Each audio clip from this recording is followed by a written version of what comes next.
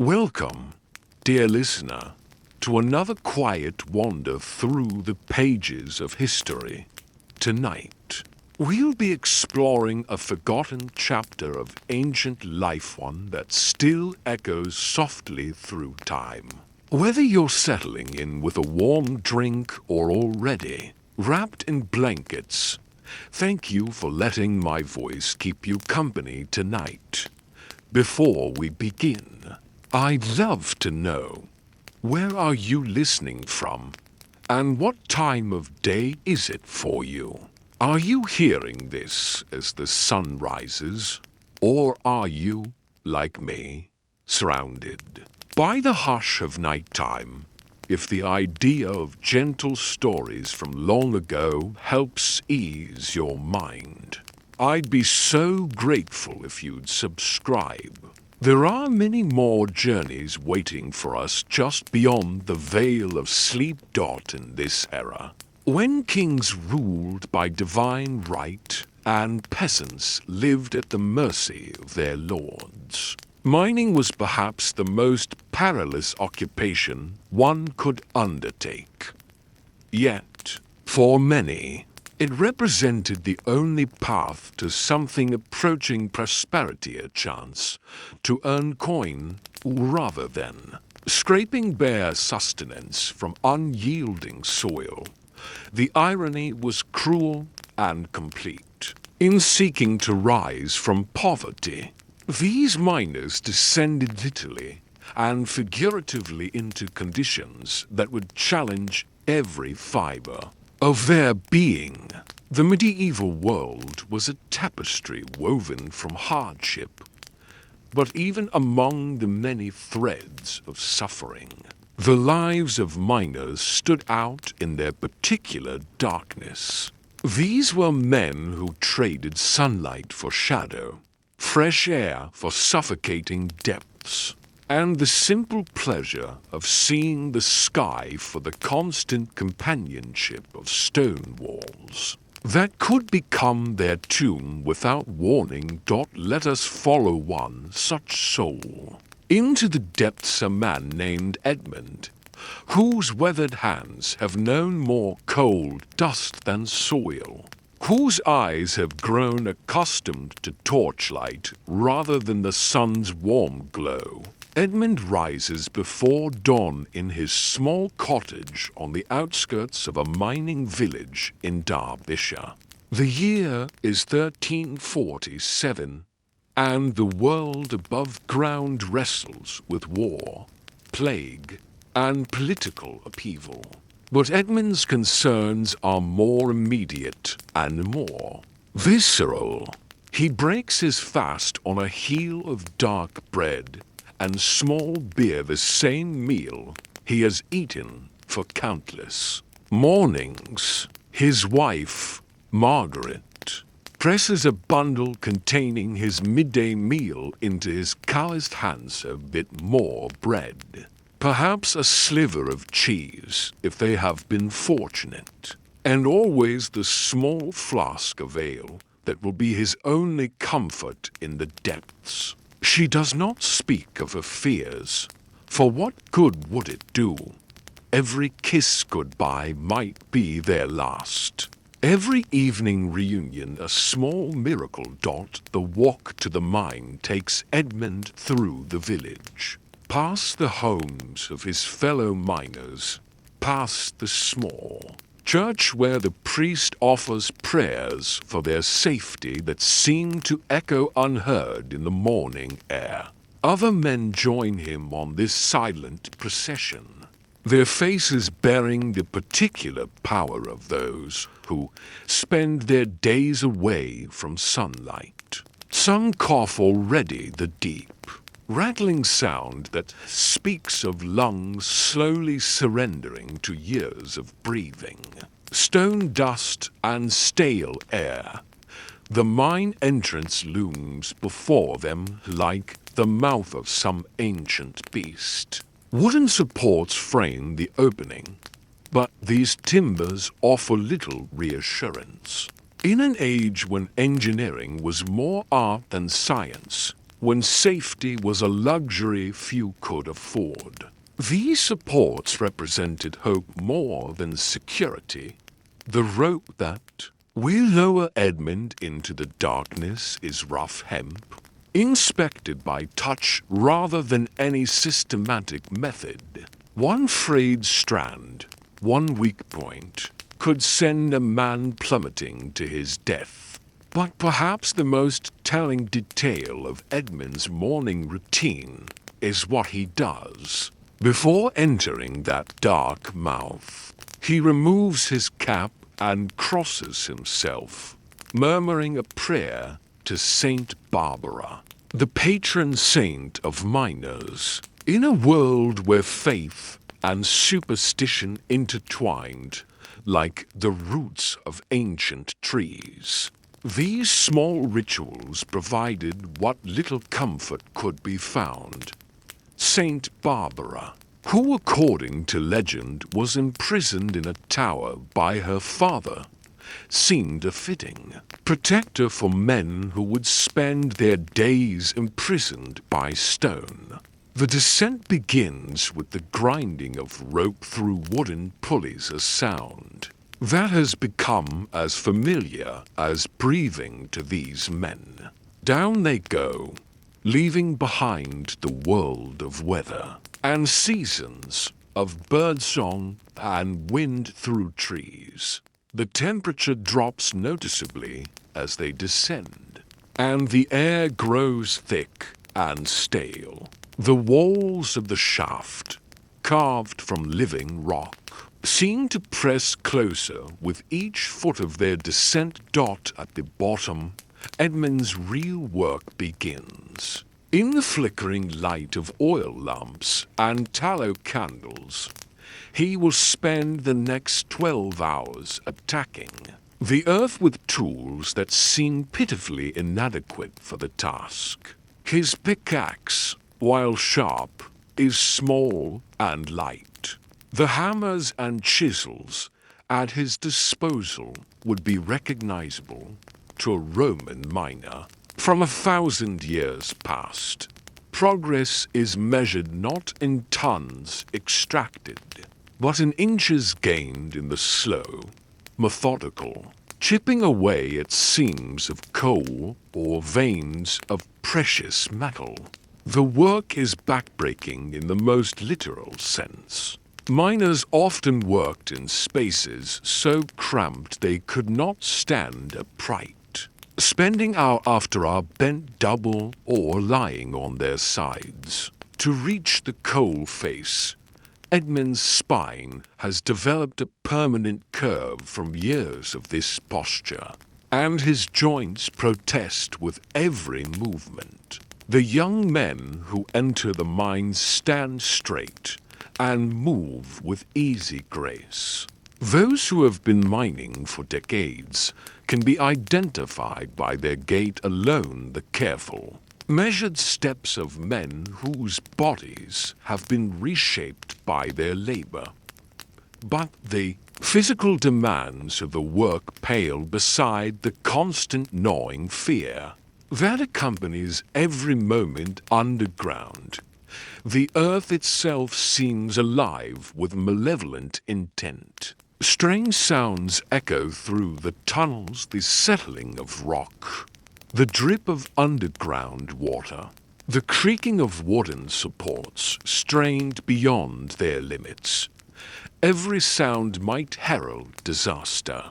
Every vibration could signal the beginning of a cave-in that would bury a man alive. The air Edmund breathes is a cocktail of dangers invisible to the naked eye. Coal dust floats constantly in the stagnant atmosphere, settling in his lungs with each breath. Over time, this dust will accumulate, turning his lungs black and hard, making each breath a struggle. The condition has no name in Edmund's time, but we know it as pneumonius as the black lung disease that claimed the lives of countless miners. It is a slow death, a gradual suffocation that can take decades to complete its work. Water is another constant threat. In these underground workings, spring rains and winter snows find their way through cracks in the earth, pooling in the lowest levels of the mine. Edmund often works standing in water up to his ankles, sometimes deeper.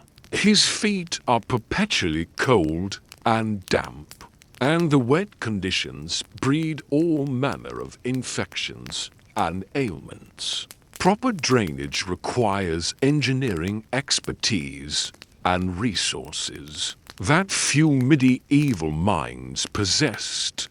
The lighting in these subterranean workshops is perhaps the most telling indicator of the era's technological limitations. Edmund's workspace is illuminated by candles made from animal fat, their flames dancing with every current of air and casting wild shadows on the tunnel walls. These flames provide barely enough light to see the immediate work area, leaving the tunnels beyond shrouded in a darkness so complete it seems to have weight and substance. Oil lamps, while slightly more reliable than candles, are expensive and produce their own hazards.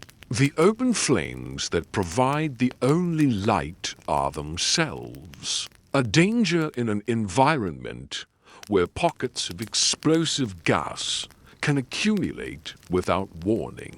Methane, the product of decomposing organic matter, seeps from coal seams and collects in low-lying areas of the mine. A single spark, a candle flame that burns too close to a gas pocket, can trigger an explosion that will kill every man in the tunnel and perhaps bring down the entire working.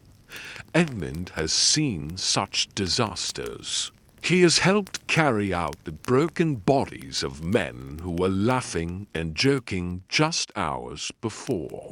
He has comforted widows and fatherless children, knowing that tomorrow it might be Margaret weeping over his own still form. These experiences leave their mark not just on the survivors, but on the entire mining community. Everyone knows someone who has died underground. Everyone has heard the stories of cave-ins that buried men alive, of explosions that left nothing. The charred remains taught the tools of Edmund's trade tell their own story of hardship and limitation. His pickaxe, while essential, is a simple thing of iron and wood. The metal is soft by modern standards, requiring constant sharpening and frequent replacement. The wooden handle, worn smooth by countless hands, must be replaced regularly as the jarring impact of striking stone splits and weakens the wood. Shovels for moving loose coal and rock are crude affairs, their blades fashioned by local blacksmiths who work more from tradition than from any scientific understanding of metallurgy. The wheelbarrows used to transport material through the tunnels are small and flimsy, their wooden wheels apt to break under heavy loads or in the rough conditions of the mine floor. Perhaps most telling of all are the baskets and leather bags used to carry coal and ore to the surface. These containers, woven from whatever materials are available, speak to the hand-to-mouth existence of the mining operation. There are no standardized containers, no systematic approach to moving material. Each miner makes do with whatever he can fashion or afford.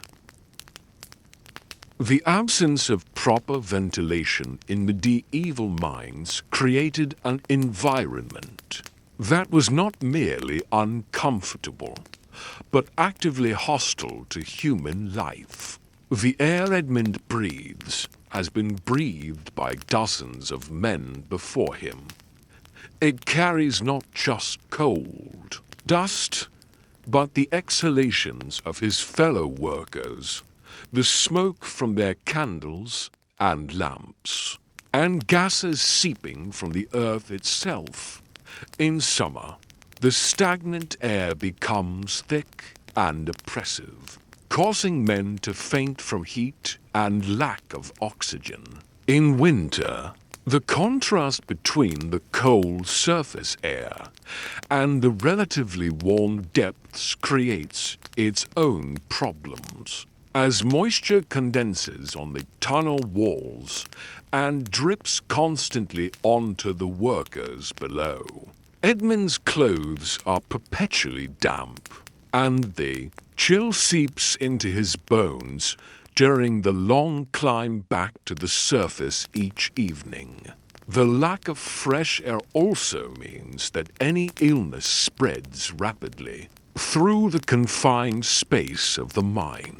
A man with a fever or a cough becomes a danger to every other worker, but few can afford to stay home when sick. The daily wage, meager as it is, represents the difference between eating and going hungry for many mining families. Edmund's workday follows a rhythm as old as mining itself. He begins by examining his section of the tunnel, looking for signs that the earth has shifted during the night. Loose rocks must be cleared away. Water must be bailed out of low spots, and the condition of the wooden supports must be assessed. This morning inspection is a ritual that might save his life, for the earth never sleeps. And what was solid yesterday might be treacherous today. The actual work of extracting coal, ore is methodical and exhausting. Edmund positions himself at the coal-faced exposed seam, where he will spend most of his day. He begins by undercutting the coal, using his pickaxe to create a horizontal cut at the base of the seam. This technique, while effective, is incredibly dangerous, as it weakens the entire face and increases the likelihood of a sudden collapse. Once the undercut is complete, Edmund must drive wedges into cracks in the coal, hoping to split off large chunks that can be loaded into baskets. The work requires both strength and skill, for a poorly placed blow might shatter the coal into unusable fragments, or worse, trigger a rockfall that could crush him instantly. The loading and transport of the extracted material represents another layer of exhausting labor. The coal must be shoveled into baskets, carried through the narrow tunnels to a central collection point, and then loaded into larger containers for the journey to the surface. In many mines, this transport was accomplished by human power alone. Men and boys would carry baskets of coal on their backs through tunnels, barely wide enough for their shoulders, bent double under loads that would challenge a pack animal. The human cost of this transport system was enormous. Boys as young as 8 or 10 were employed as trappers, sitting alone in the darkness for 12 hours at a time, opening and closing doors that controlled airflow through the tunnels. These children, paid a few pence for their long day of isolation, and fear often developed severe psychological problems from their underground imprisonment. Women, too, were employed in the mines. Though their work was often different from that of the men, they might sort coal at the surface, separating the valuable material from waste rock, or they might work underground as haulers, pulling carts of coal through the tunnels. The sight of women crawling through dark passages, chains attached to their waists as they dragged heavy loads, represents one of the most disturbing aspects of medieval mining.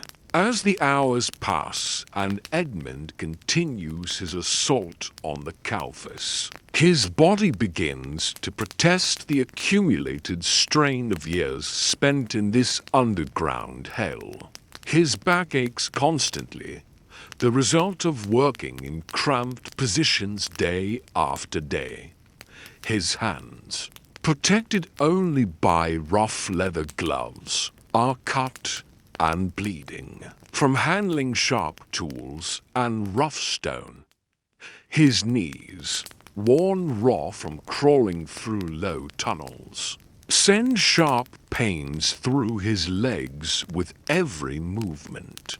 The constant noise of the mine, the ringing of metal on stone, the creaking of wooden supports, the splash of water dripping from the ceiling has affected Edmund's hearing.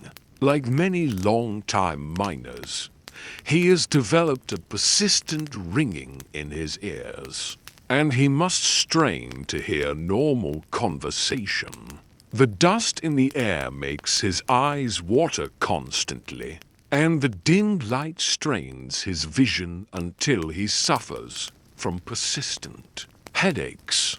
But perhaps the most insidious damage is being done to Edmund's lungs. With every breath, he inhales microscopic particles of coal dust that settle deep in his lung tissue.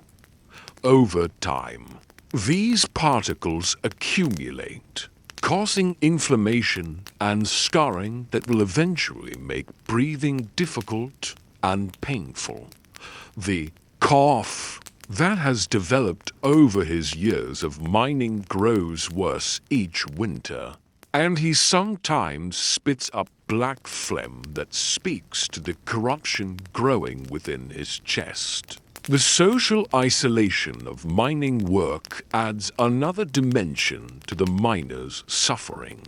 Spending 12 hours a day underground, Edmund has little contact with the natural world that shapes the lives of other medieval workers. He does not see the changing seasons in the same way. As farmers, does not feel the rhythm of planting and harvest that gives structure to agricultural life. His world is one of eternal twilight, where time is measured not by the sun's passage across the sky, but by the guttering of candles and the aching of tired muscles. This separation from the natural world has profound psychological effects.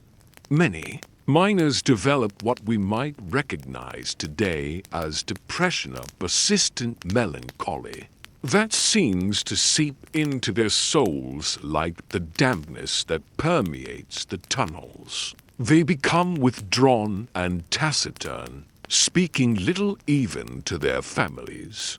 The constant stress of working in dangerous conditions, combined with the physical exhaustion of hard labor, creates a population of men who are old before their time. The economic realities of mining life add yet another layer of hardship to Edmund's existence. While miners might earn slightly more than agricultural laborers, their expenses are also higher.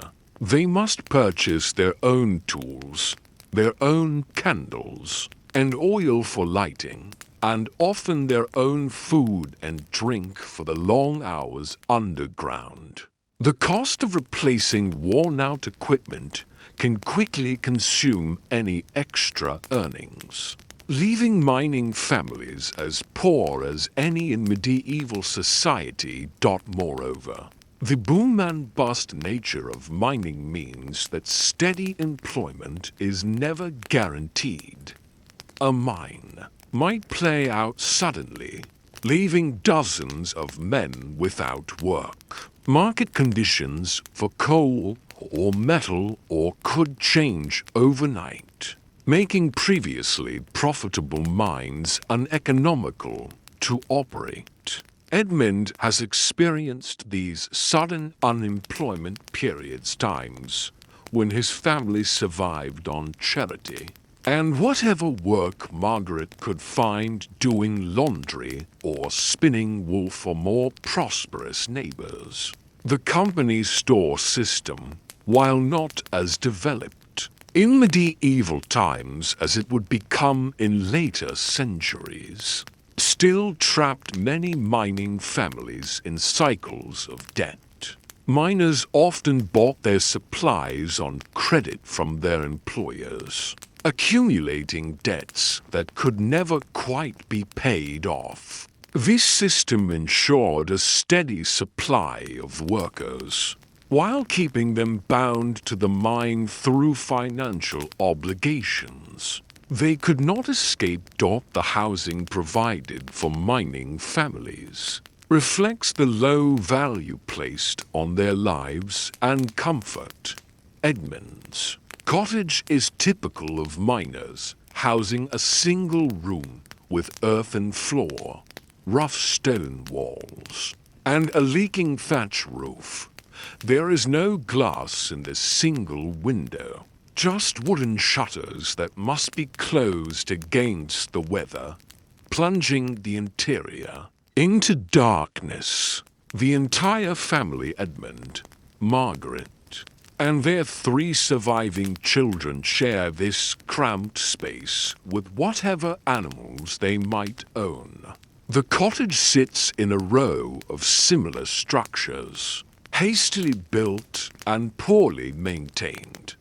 The lack of proper sanitation means that waste accumulates around the buildings, creating breeding grounds for disease. Wells are often contaminated by runoff from the mines and the privies, making clean water a constant concern. The mortality rate in mining communities is significantly higher than in agricultural villages, reflecting the combined effects of dangerous work, poor living conditions, and environmental contamination. Children in mining families face a particularly grim future. Boys know from an early age that they will likely follow their fathers into the mines, beginning as young as possible. To supplement the family income. Education is a luxury that few mining families can afford, as children's labor is needed both in the home and eventually in the mines themselves. Girls face the prospect of marriage to miners, condemning them to a life of constant worry and frequent widowhood. The life expectancy of miners is significantly lower than that of other workers, meaning that many women will bury multiple husbands over the course of their lives. These women must be prepared to work themselves, as mining families cannot survive on a single income, and the death or disability of the primary breadwinner means immediate destitution. The medical care available to mining families is minimal and often counterproductive.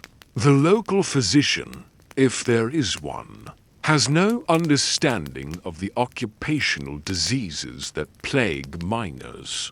Edmund's persistent cough is attributed to bad humors, or miasma from the underground air, and the prescribed treatments bloodletting, purging, and various herbal concoctions do nothing to address the underlying lung damage caused by coal dust inhalation.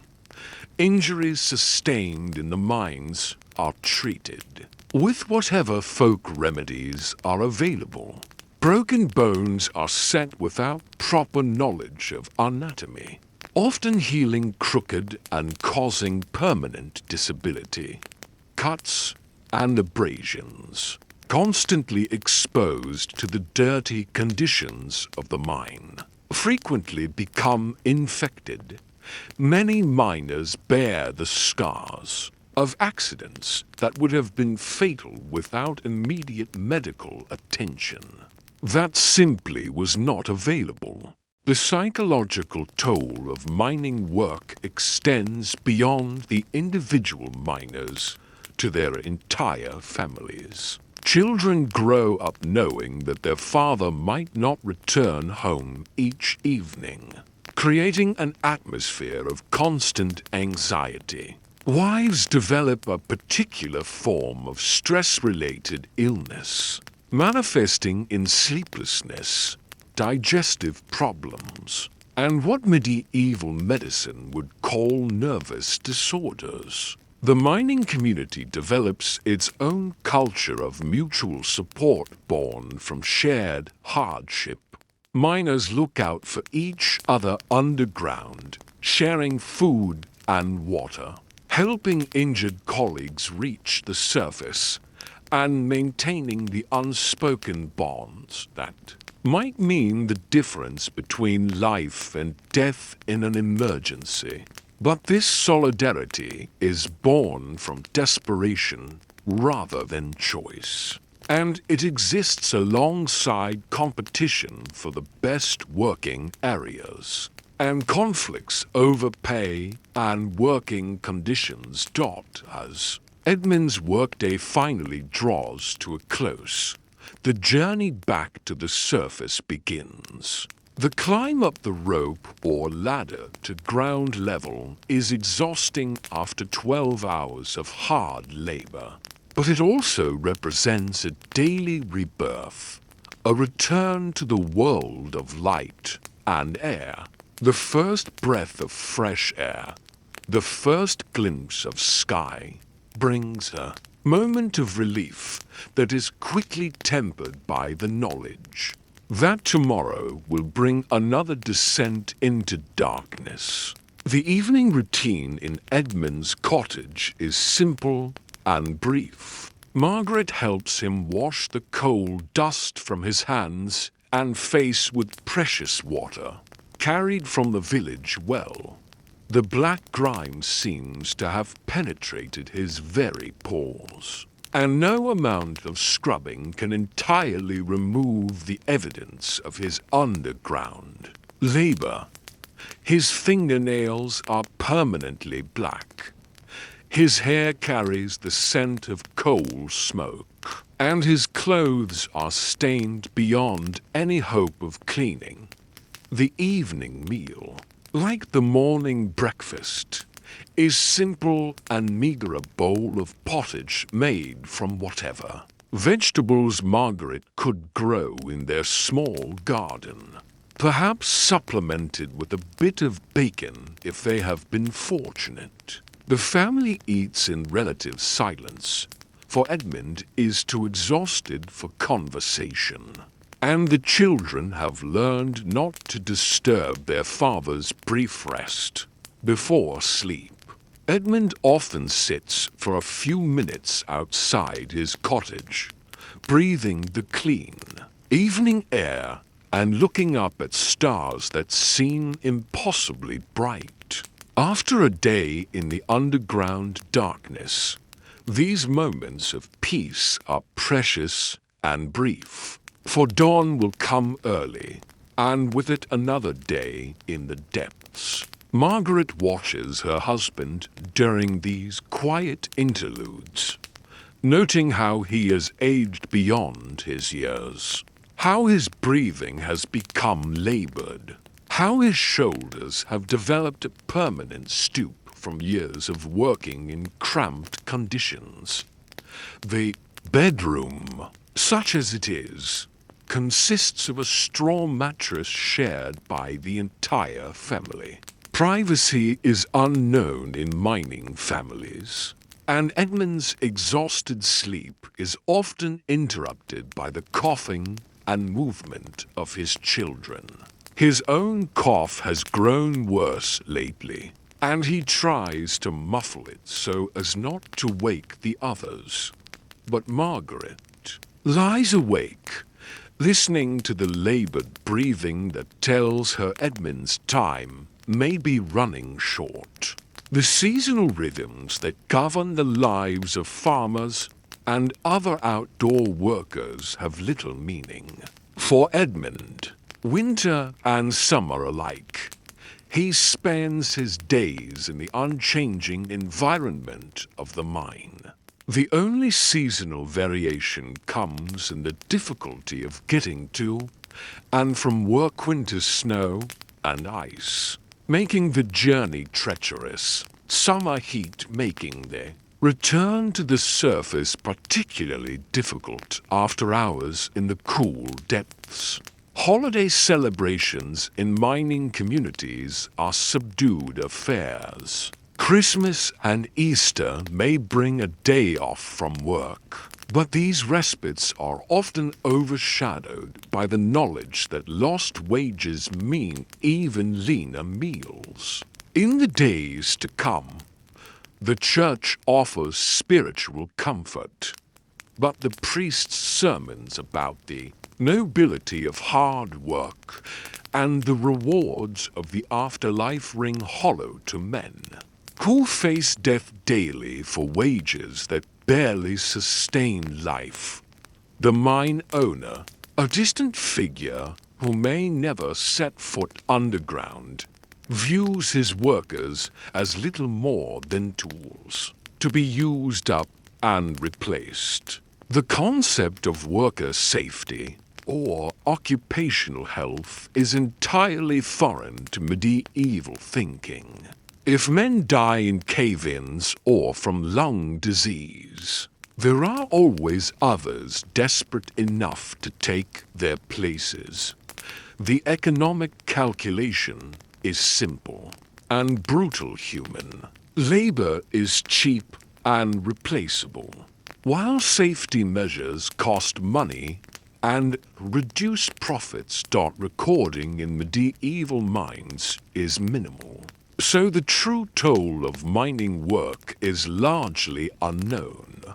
Men simply disappear killed in accidents, dead from lung disease, or moved on in search of better opportunities that rarely materialize.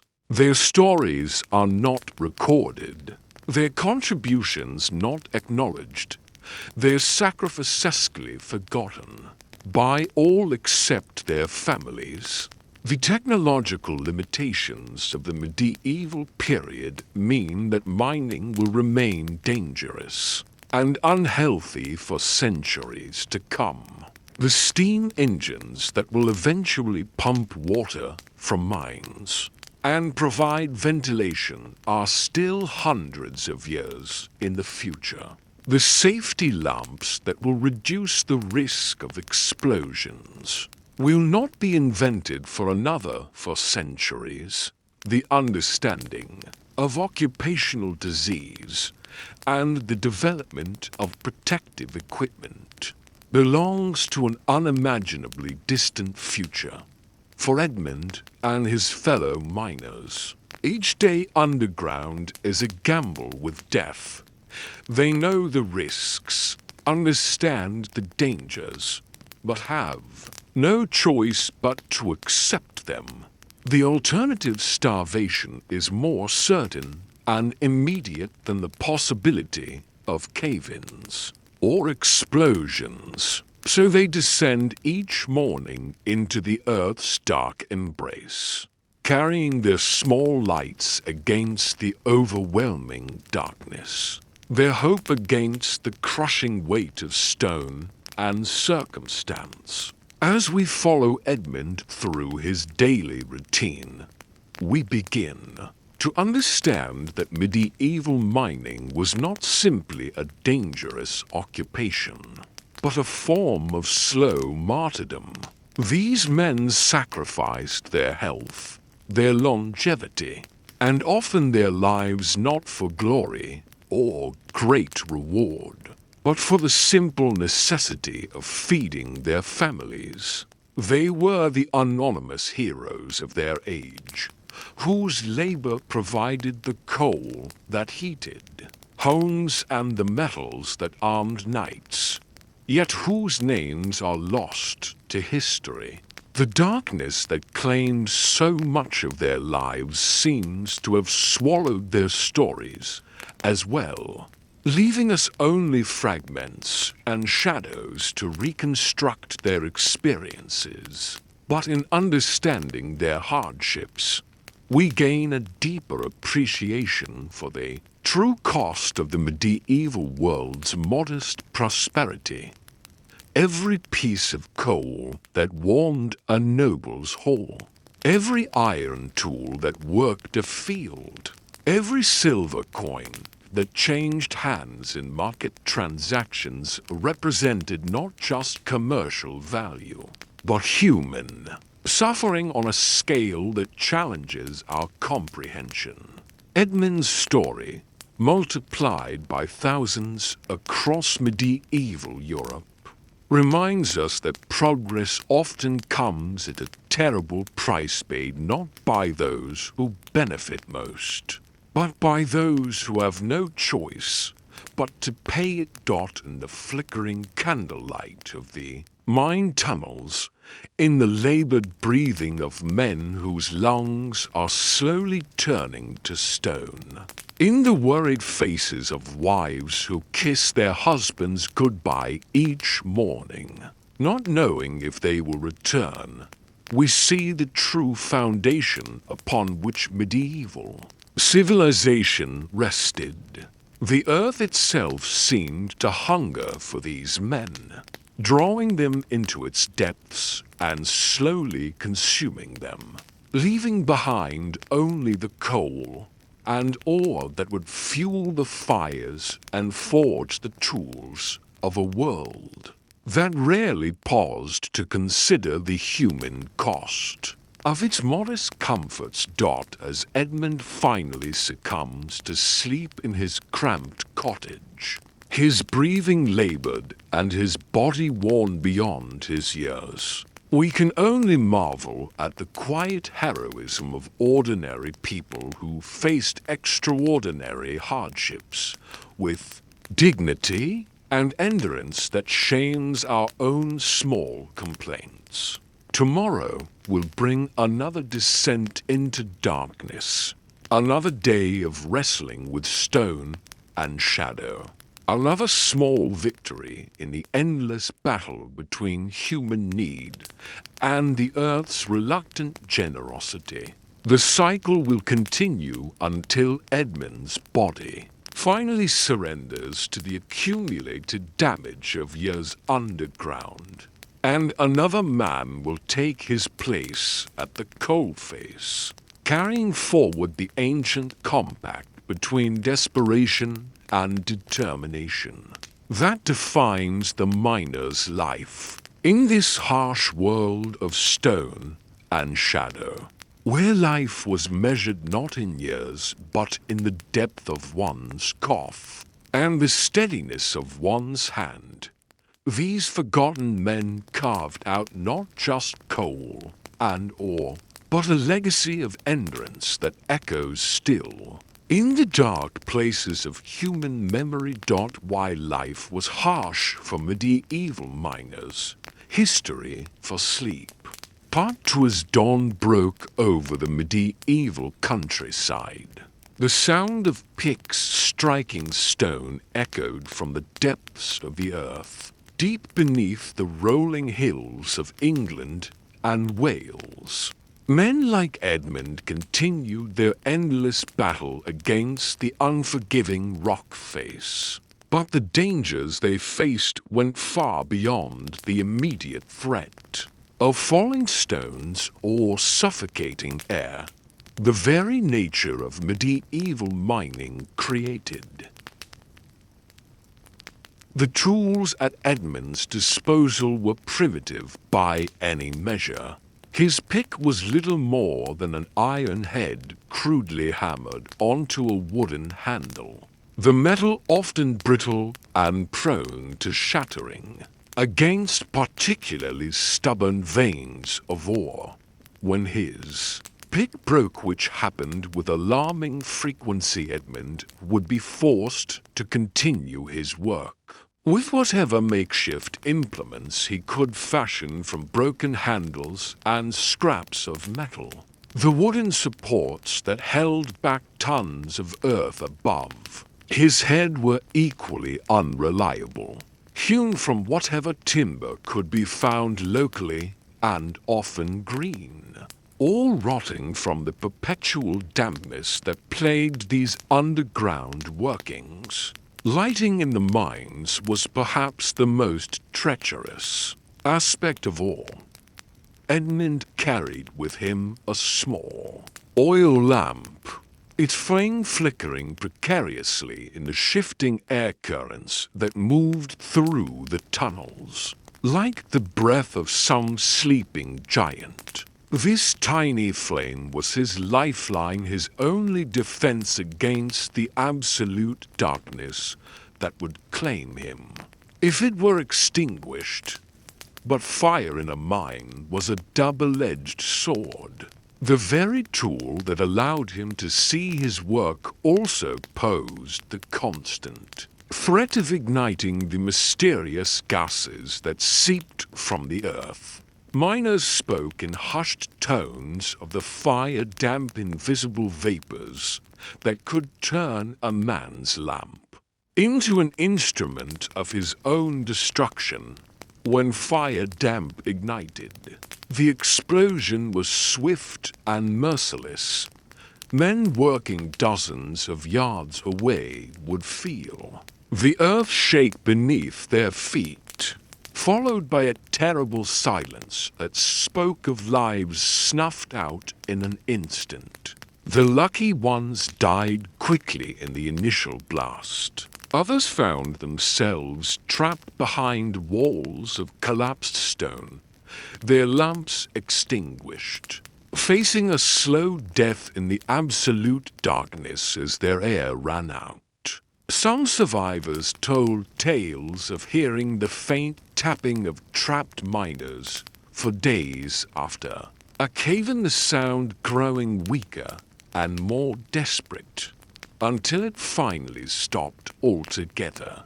The air itself was an enemy in these medieval mines. What oxygen existed in the deeper tunnels was often poisoned by the gradual accumulation of noxious gases, carbon monoxide, invisible and odorless, would creep through the workings like a silent assassin. Miners would notice their companions becoming sluggish and confused, their movements growing clumsy and their speech slurred, before they collapsed entirely. Those who recognized the signs would attempt to drag their stricken friends to the surface, but often it was too late. The lucky ones would revive in the fresh air above ground, their heads pounding and their memories clouded. The unlucky ones never woke up at all. Then there was the black damp, another invisible killer that displaced the breathable air in the deepest workings. Unlike the explosive fire damp, black damp killed through suffocation, creating pockets of dead air where no flame could burn and no man could breathe. Miners would lower their lamps ahead of them. As they worked, watching carefully for the telltale flickering that warned of bad air. When the flame began to gutter and die, they knew they had reached the boundary between life and death. Water was another constant adversary in the medieval mine. During the rainy seasons, the tunnels would flood with alarming speed, trapping miners in rapidly filling chambers. The primitive drainage systems of the time, consisting mainly of hand-dug channels and buckets hauled by rope, were woefully inadequate against the volume of water that could pour into a mine during a heavy storm. Edmund had lost count of how many times he had found himself wading through knee-deep, ice-cold water, his lamp held high above his head as he struggled to reach higher ground before the rising flood could claim him, even when the mines weren't actively flooding. The perpetual dampness created its own set of problems. The wooden support timbers would rot and weaken, sometimes giving way without warning and bringing down sections of tunnel roof. The constant moisture also bred disease, creating the perfect environment for the lung ailments that plagued every miner. Edmund's chest had long since developed the characteristic wheeze that marked a man of his profession, a harsh, rattling sound that grew worse with each passing year underground. The social isolation of mining life compounded these physical hardships. Mining communities existed on the margins of medieval society, viewed with a mixture of necessity and distrust by the broader population. The work was considered base and degrading, suitable only for those who had no other options. Miners were often treated as little better than criminals, their faces permanently stained with coal dust and their hands blackened from their labors. When they emerged from the earth at the end of a long day, they carried with them the smell of the deep places, a mixture of damp stone, metal, and something else that seemed to seep into their very souls. The constant danger created a unique brotherhood among the miners, but it was a brotherhood forged in desperation rather than choice. They looked out for one another because they knew that their survival depended on it. When a man's lamp began to flicker, his companions would share their own light. When someone showed signs of succumbing to bad air, the others would drag him to safety, even at the risk of their own lives. But this solidarity was born of necessity rather than genuine affection, and the relationships formed in the darkness of the mines rarely survived the transition to the world above ground. The economic exploitation of medieval miners was systematic and brutal. Most worked not as independent contractors, but as indentured laborers, bound to their employers by debts that seemed to grow larger rather than smaller with each passing year. The company stores that supplied food, tools, and other necessities charged inflated prices that ensured miners could never quite break even. Equipment failures and accidents were charged against the miner's account, as were the costs of any medical treatment they might require. A broken pick or a damaged cart could result in weeks of additional labor to pay off the debt. The physical toll of mining work aged men prematurely. Edmund, though only in his 30s, moved with the careful gait of someone much older. His back, permanently bent from years of working in low tunnels, ached constantly. His hands, scarred and calloused, from handling rough stone and metal tools, had lost much of their sensitivity. His hearing, damaged by the constant din of picks against stone and the occasional explosion, required others to speak loudly for him to understand them clearly. But perhaps the cruelest aspect of medieval mining was how it affected the miners. Families, wives and children lived in constant fear, knowing that each day their husband or father descended into the earth might be the last time they saw him alive. Mining accidents were so common that they barely registered as news in the local communities. A cave-in that killed 3 or 4 men would be mourned briefly, and then forgotten as the business of survival continued. Widows of miners found themselves in particularly desperate circumstances, as their late husbands' debts often passed to them, leaving them with obligations they could never hope to fulfill. The children of mining families faced limited prospects. Boys were typically pressed into service in the mines as soon as they were physically capable, beginning with simple tasks like hauling carts or tending to the pit ponies that were used to transport materials. They would gradually work their way up to more dangerous tasks as they grew older and stronger. Girls, meanwhile, might find work in the ancillary industries that supported the mines, such as sorting or maintaining equipment. But these jobs were scarce and poorly paid. The medieval understanding of occupational safety was virtually non-existent. Accidents were generally attributed to divine will or personal carelessness. Equipment. Mine owners had little incentive to invest in safety measures when workers were plentiful and replaceable.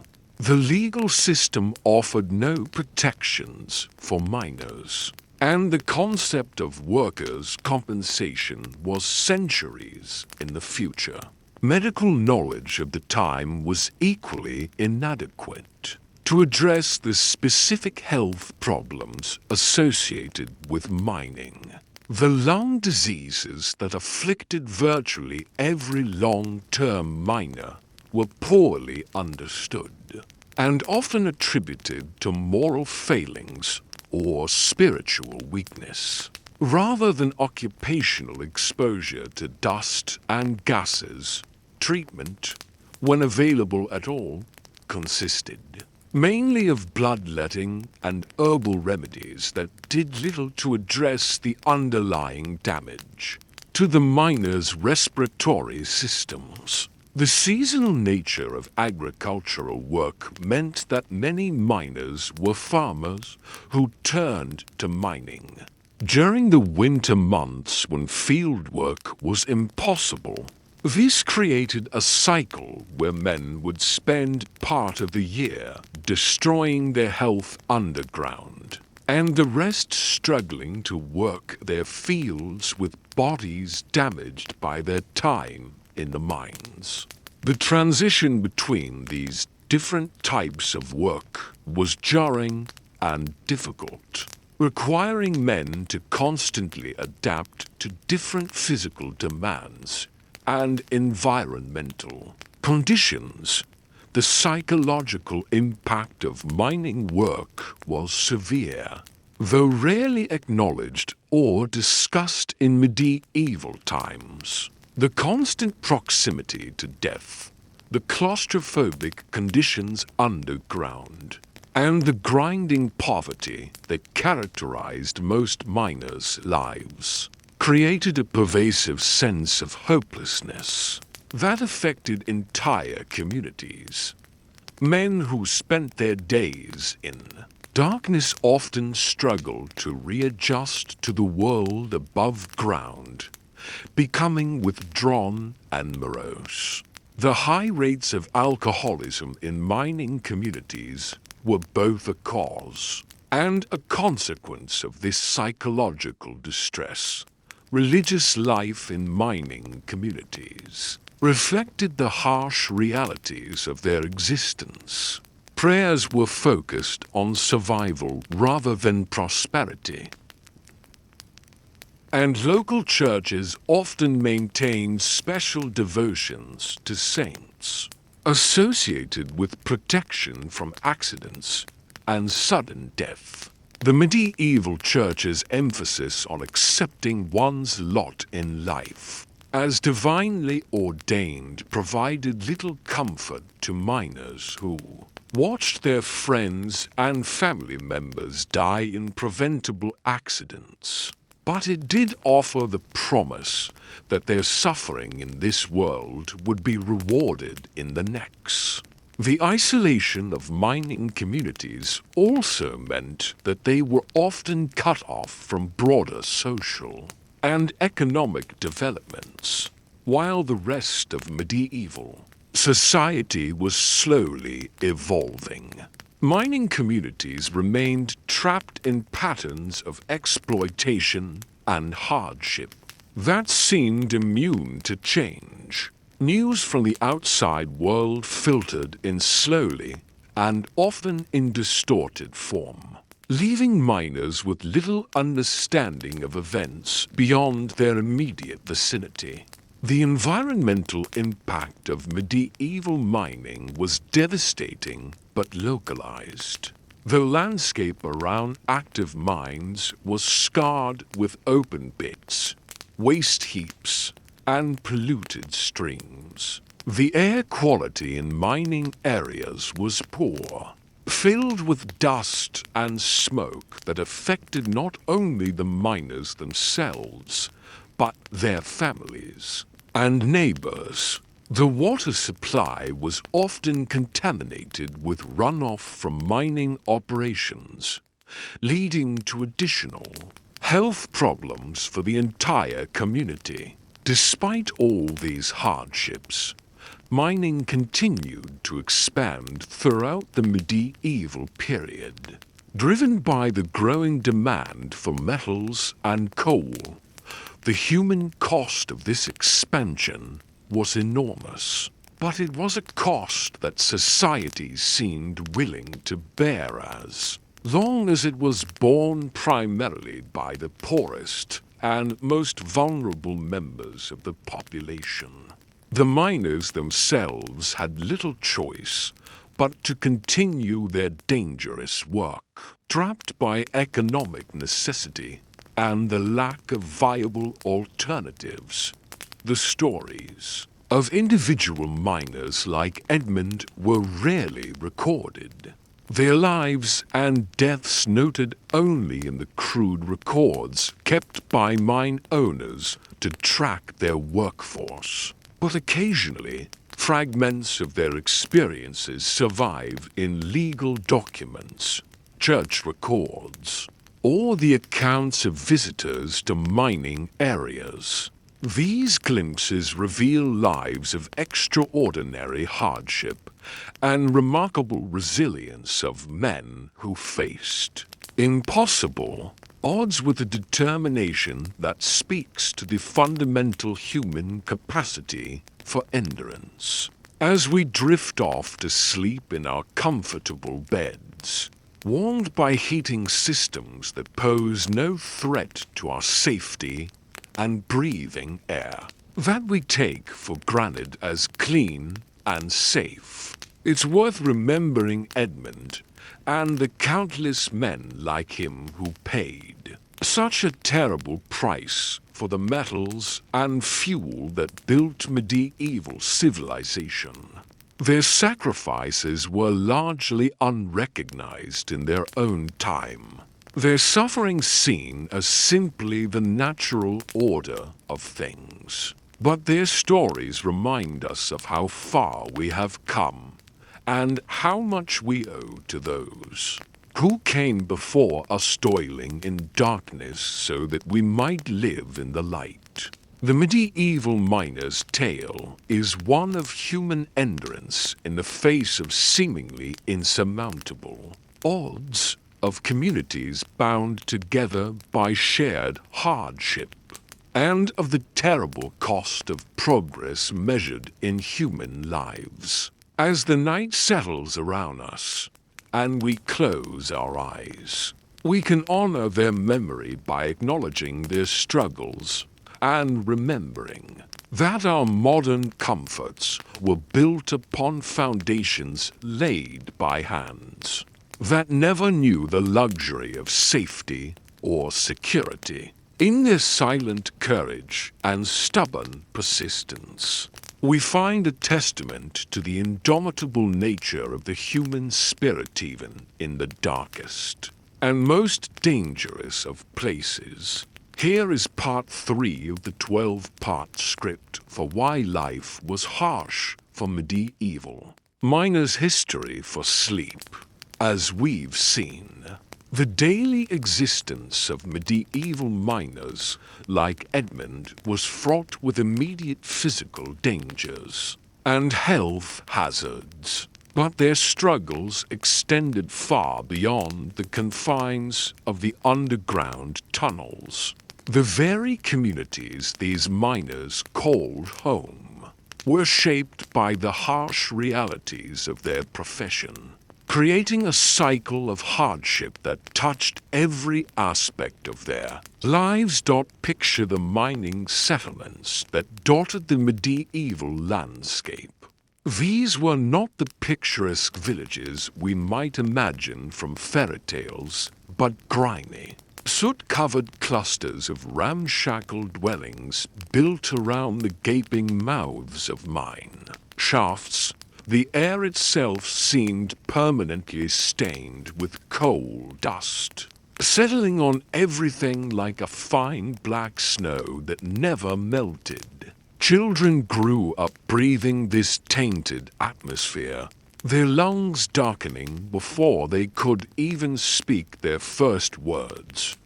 The miners' homes were modest, affairs at best, often little more than single-room structures where entire families huddled together for warmth. The walls, built from whatever materials could be scrounged locally, offered little protection against the bitter winds that swept across the exposed mining sites. Windows were small and few, partly to conserve heat, but also because glass was a luxury far beyond most miners' means. Instead, oiled cloth or wooden shutters kept out the worst of the elements, though they also kept out much of the precious daylight inside these humble dwellings. The evidence of the miner's profession was everywhere. Coal dust clung to every surface, worked its way into clothing and bedding, and left its mark on the faces and hands of every family member. No amount of scrubbing could completely remove the black stains that seemed to seep into the very pores of the skin. The miners' wives spent countless hours trying to keep their homes clean, but it was a losing battle against the ever-present dust that drifted in from the nearby workings. The social structure of these mining communities reflected the broader inequalities of medieval society, but with its own particular harsh edges. At the bottom of the hierarchy were the ordinary miners, Men like Edmund who descended into the earth each day with nothing but their strength and determination to sustain them. Above them were the skilled craftsmen who maintained the equipment and supervised the more dangerous operations. These men commanded slightly better wages and marginally safer working conditions, though they were still far from comfortable by any measure. At the top of the local social order were the mine owners and their agents, men who rarely, if ever, set foot underground, but who controlled every aspect of the miners' lives. These wealthy Londoners lived in grand houses well away from the mining sites. Their comfort built quite literally on the backs of the men who toiled in the darkness below. They viewed their workers as little more than expendable resources, easily replaced when injury or death claimed another victim. The economic relationship between miners and their employers was brutally simple and utterly one-sided. Miners were typically paid by the amount of coal or they extracted, a system that encouraged dangerous shortcuts and reckless speed.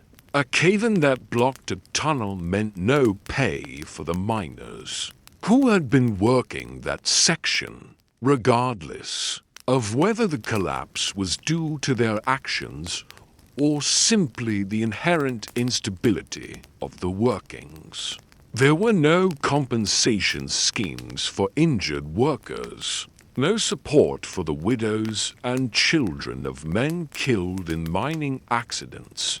This economic vulnerability created a climate of fear that permeated every aspect of miners' lives. A man who complained too loudly about unsafe conditions might find himself blacklisted from work, unable to feed his family. Those who attempted to organize their fellow workers faced even harsher consequences. The authorities viewed any collective action by miners as a threat to the established order, and they were quick to use violence to suppress even the mildest protests. The isolation of mining communities made their situation even more precarious. Located far from major towns and cities, these settlements were cut off from the broader currents of medieval life. News traveled slowly, if at all, and the miners had little knowledge of events beyond their immediate surroundings. This isolation made it easier for mine owners to maintain their control, as workers had few alternatives and little understanding of conditions elsewhere. Trade was virtually non-existent in these communities, as the miners had little to offer beyond their labor, and even less money to spend on goods from outside. Most families grew what food they could in small garden plots, supplementing their meager diet with whatever they could forage from the surrounding countryside. Hunting was often forbidden, as the land typically belonged to the mine owners or local nobility who jealously guarded their exclusive rights to the game. The children of miners faced a particularly bleak future. Education was virtually unknown in these communities, as there were no schools and no teachers willing to work in such remote and impoverished locations. Most children began working in the mines as soon as they were physically capable, starting with simple tasks like carrying water or tending to the ponies that hauled coal cars through the tunnels. By their teenage years, They would be working alongside their fathers in the deepest and most dangerous parts of the mines. For the daughters of miners, the options were even more limited. While they might avoid the immediate physical dangers of underground work, they faced a lifetime of domestic drudgery in the coal-stained hovels of the mining community. Marriage to another miner was often their only escape from their parents' home. But it merely meant trading one form of hardship for another.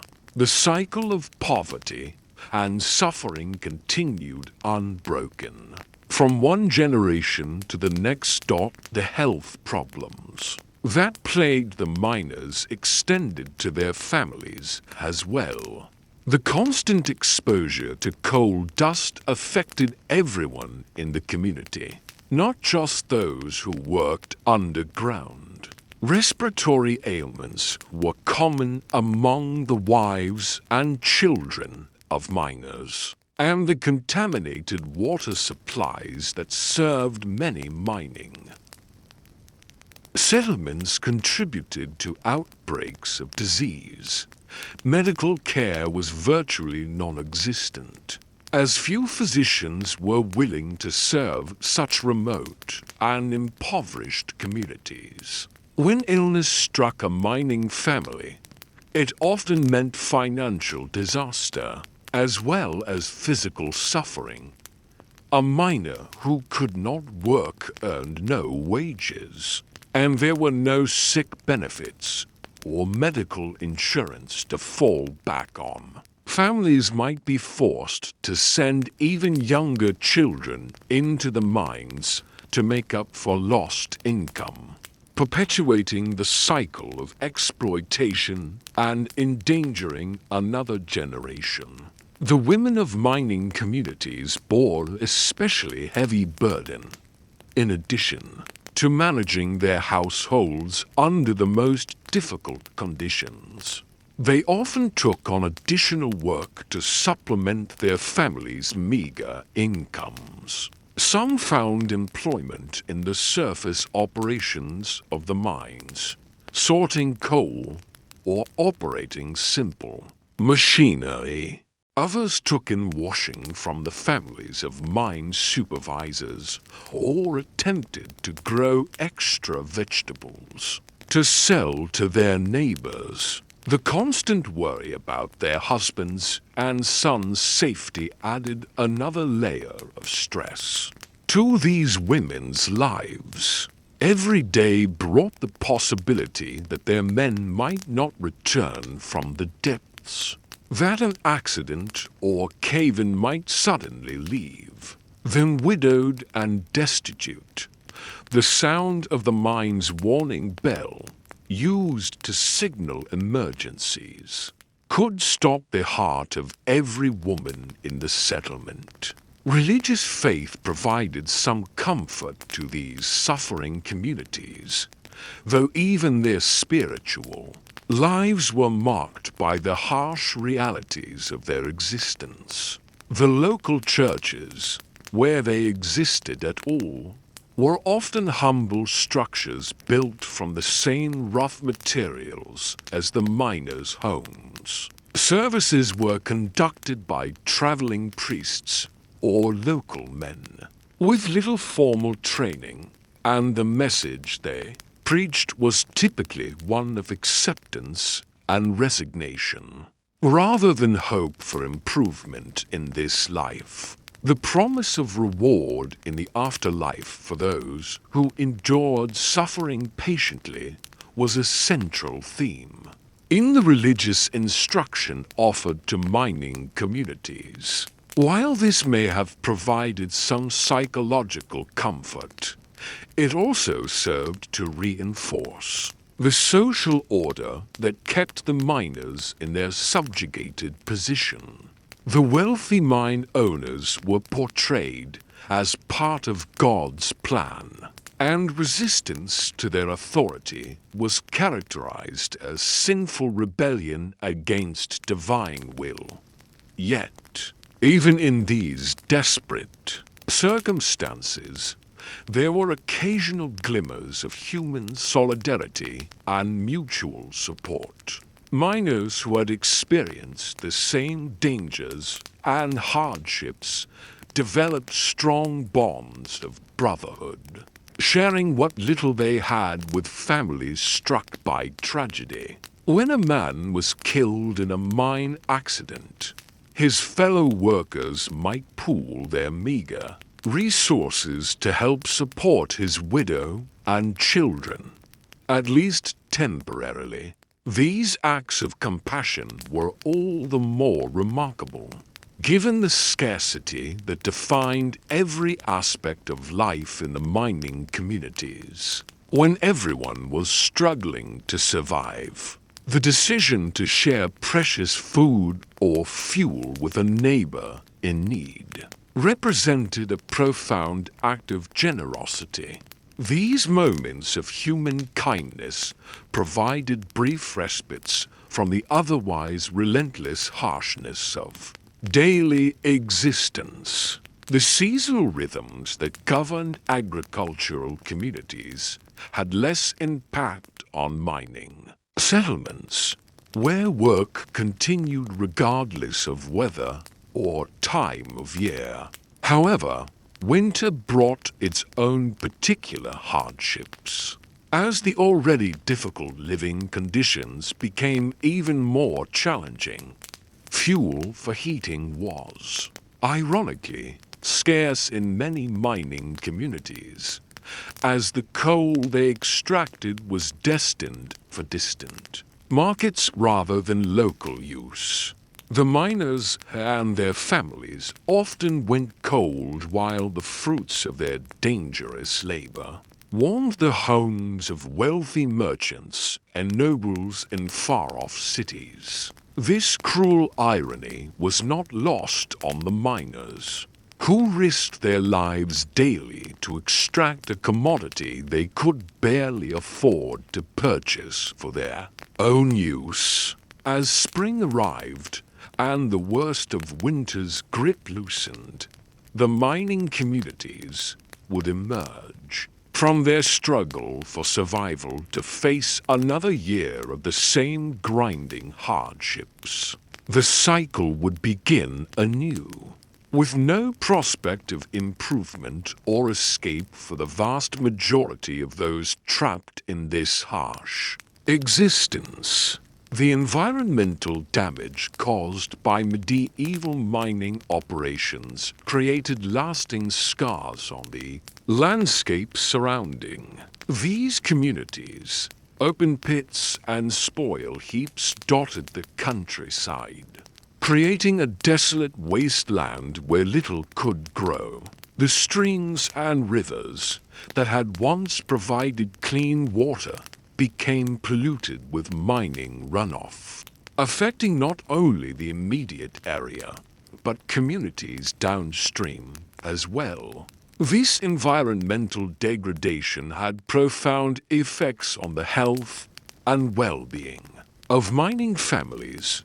Contaminated water supplies led to outbreaks of waterborne diseases, while the destruction of agricultural land made it even more difficult for families to supplement their diets with homegrown food. The mining operations that provided their only source of income also systematically destroyed the environment they depended on for survival.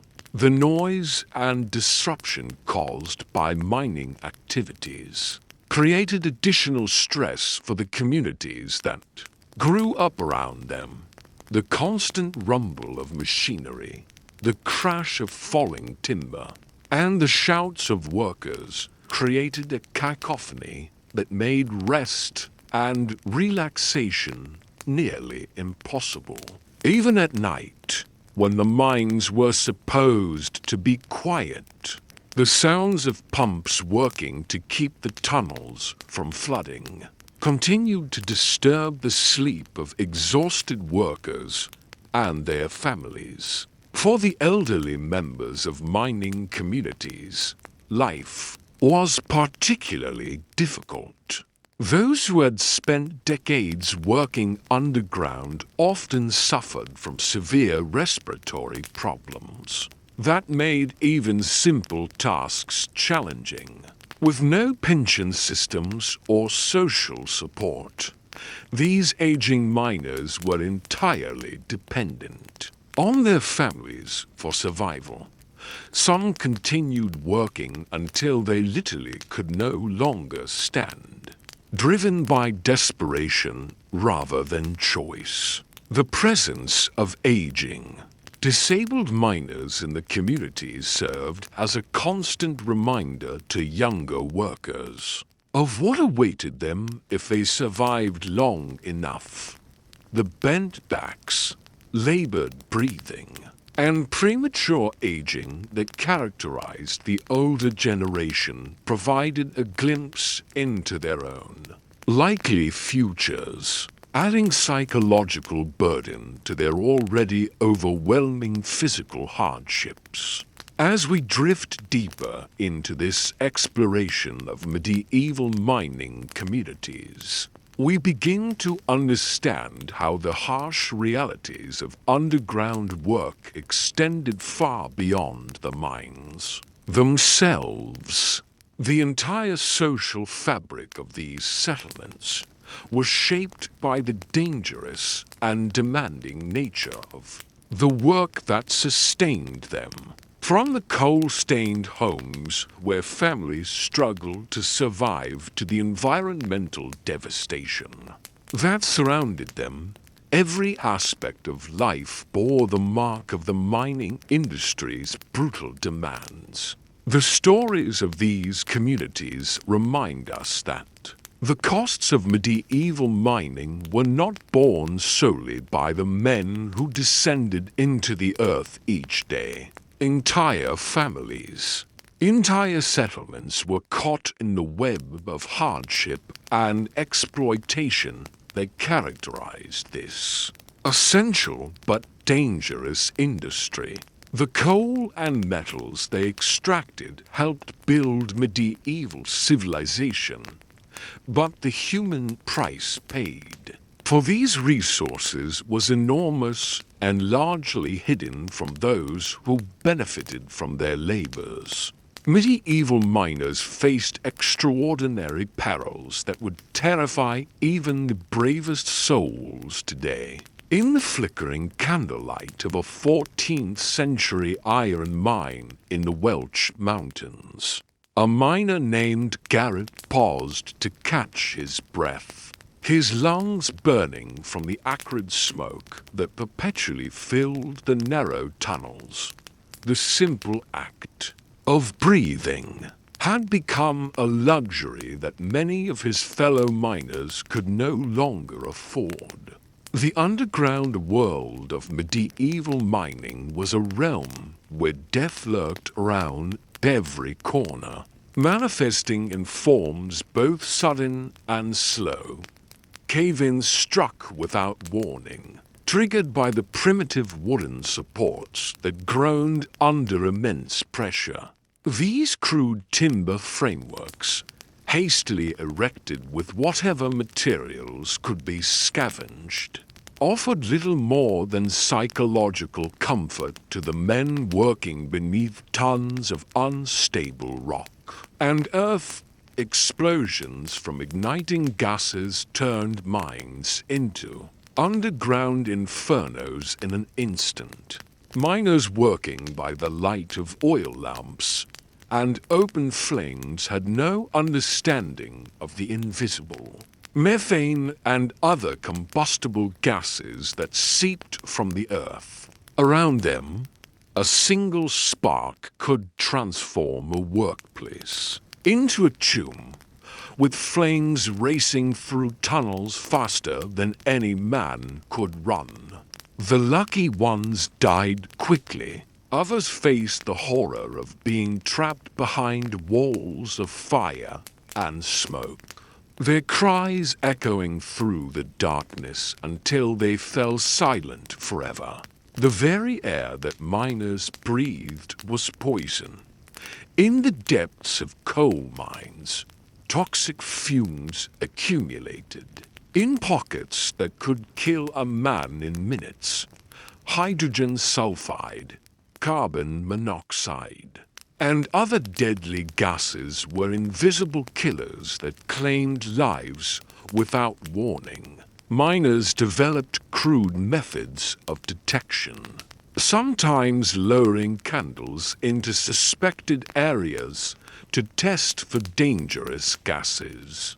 But these techniques were unreliable at best. Many miners simply held their breath and hoped for the best as they ventured. Into unknown sections of the mine. Water was another constant enemy. Medieval miners had no effective pumping systems, relying instead on primitive bucket chains and human labor to remove the water. That perpetually seeped into their workings. Flooding could occur suddenly, trapping miners in rising water with no means of escape. The dampness also contributed to the collapse of already unstable tunnel walls, creating a cascade of dangers that compounded with each passing day. The tools available to medieval miners were woefully inadequate for the monumental task before them. Iron picks and wooden shovels were the primary instruments of excavation, requiring immense physical effort to break through rock and ore. The constant striking of metal against stone sent shock waves through miners' arms and shoulders, leading to permanent joint damage and chronic pain. Wheelbarrows and crude sledges were used to transport materials, but the narrow, uneven tunnels made this backbreaking work even more treacherous. Lighting in the mines was perhaps the most dangerous necessity of all.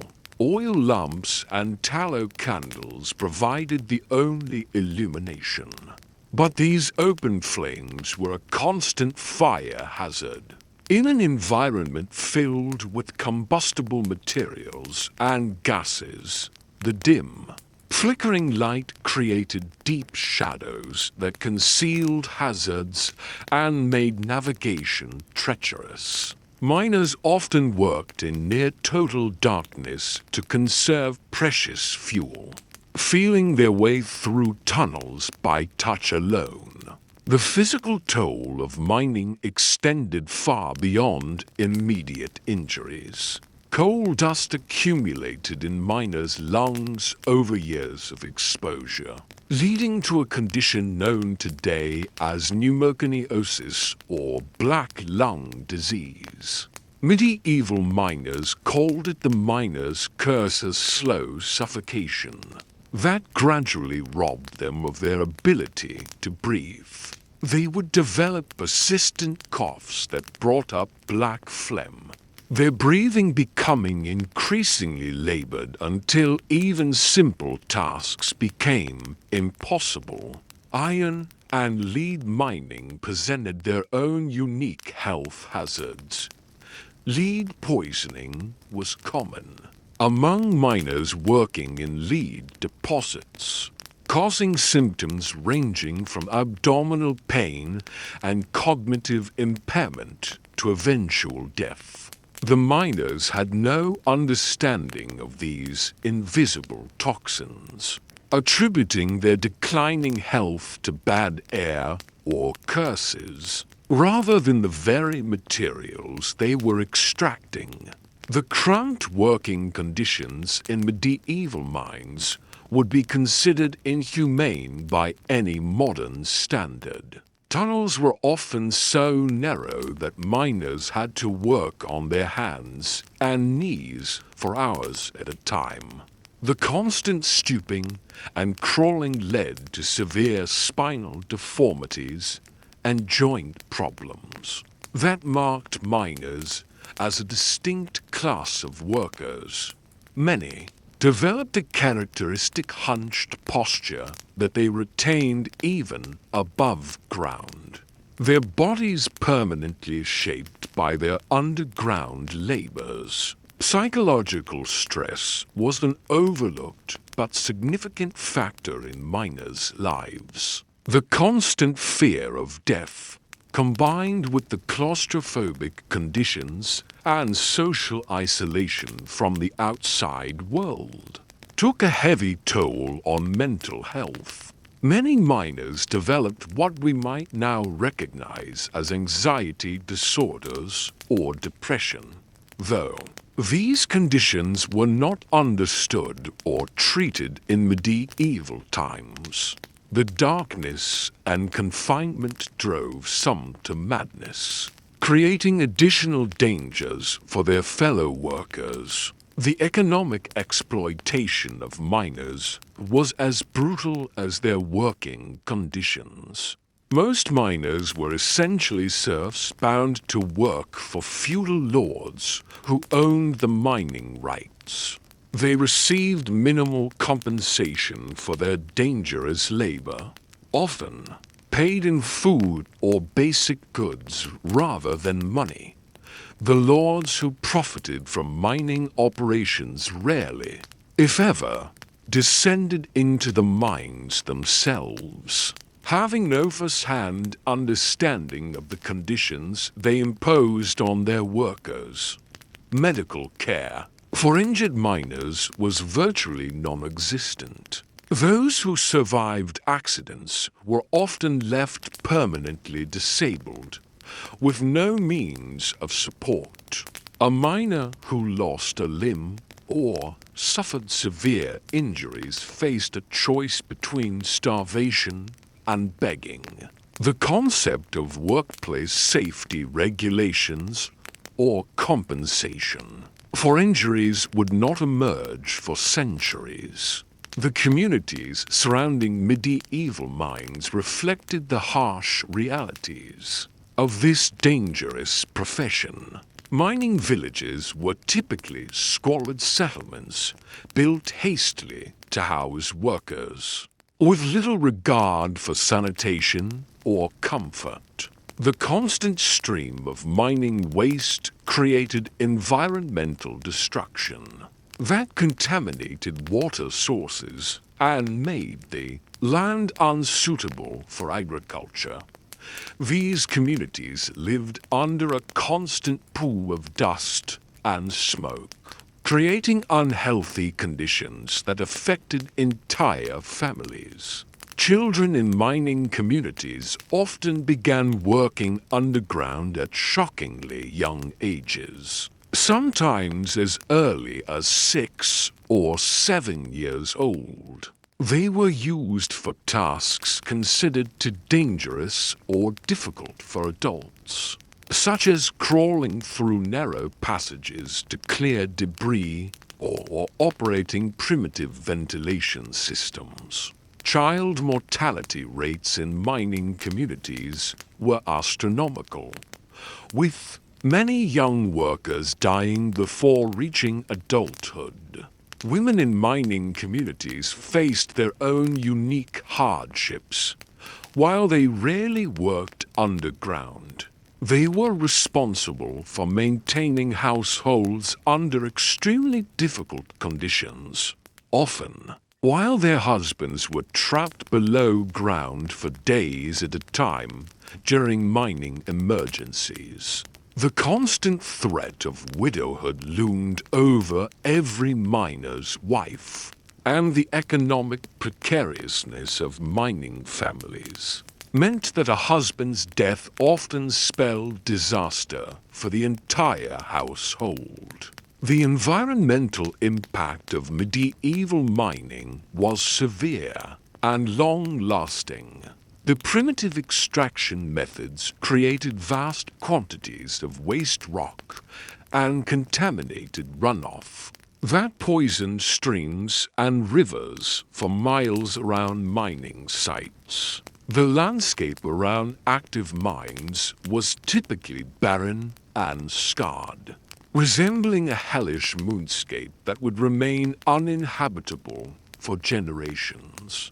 Despite these overwhelming challenges, medieval miners developed a strong sense of camaraderie and mutual dependence. The shared dangers of their profession created bonds that were often stronger than family ties. Miners developed their own customs, songs, and traditions that helped them cope with the psychological stress of their work. These underground communities had their own codes of honor and mutual assistance that provided some measure of protection in an otherwise hostile environment. The technological limitations of the medieval period meant that many mining disasters were simply accepted as inevitable, without effective communication systems. Rescue operations were often impossible. Miners trapped by cave-ins or floods were frequently abandoned to their fate, as attempting rescue would only endanger more lives. The philosophy was grimly pragmatic.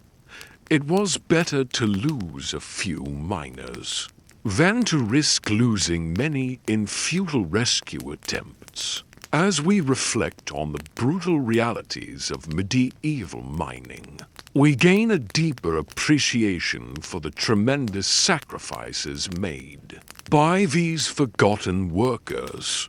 Their dangerous labor extracted the raw materials that built medieval civilization. From the iron used in tools and weapons to the precious metals that filled royal treasuries. Yet their contributions were rarely acknowledged, and their suffering was largely invisible to the broader society that benefited from their toil. The legacy of medieval mining serves as a stark reminder of how far we have come in terms of workplace safety and workers' rights, while also highlighting the ongoing importance of protecting those who work in dangerous industries. The miners of medieval times faced horrors that no human being should ever have to endure. Yet they persevered with a courage and determination that commands our respect and remembrance. Why life was harsh for medieval miners. History for Sleep Part 5 Deep Beneath the Earth, where the sun never reached and the air grew thin with each descending step. Edmund finished another grueling shift in the copper mines of Derbyshire. His lungs burned with each labored breath, and the persistent cough that had plagued him for months echoed through the narrow tunnel. As he made his way toward the surface, at 32 years old, Edmund looked far older than his years, his face weathered by constant exposure to dust, and his body bent from countless hours spent hunched over in cramped mine shafts. The life of a medieval miner was one of perpetual hardship, where each day brought fresh dangers and the promise of an early grave. The mining communities of medieval England were worlds unto themselves. Isolated settlements that clung to hillsides and valleys wherever precious metals or coal could be extracted from the earth. These were places where the normal rhythms of agricultural life gave way to something far more perilous and demanding. The miners and their families lived in a constant state of tension, knowing that their livelihood depended on venturing into the bowels of the earth each day, where cave-ins, explosions, and toxic gases claimed lives with frightening regularity. Edmund's village was typical of these mining settlements. Rows of cramped stone cottages lined muddy streets, their walls blackened by the omnipresent coal dust that settled on everything, like a fine choking shroud. The air itself seemed heavy with particles, and even on the clearest days, a haze hung over the community that spoke of the industrial activity below ground.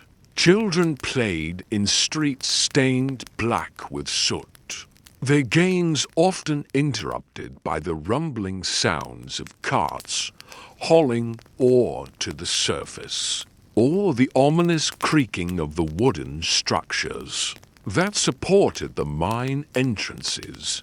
The social hierarchy in these mining communities was rigid and unforgiving. At the top were the mine owners, often wealthy merchants or minor nobles who had purchased extraction rights from the crown. These men rarely set foot in the actual mines, instead managing their operations from comfortable manor houses located at safe distances from the industrial squalor. Below them were the overseers and foremen, men who had usually worked their way up from the ranks of ordinary miners, and now served as the owner's representatives underground. Their job was to ensure maximum production while keeping costs as low as possible, a mandate that often put them at odds with the safety and welfare of the workers under their command. The miners themselves occupied the bottom rung of this hierarchy.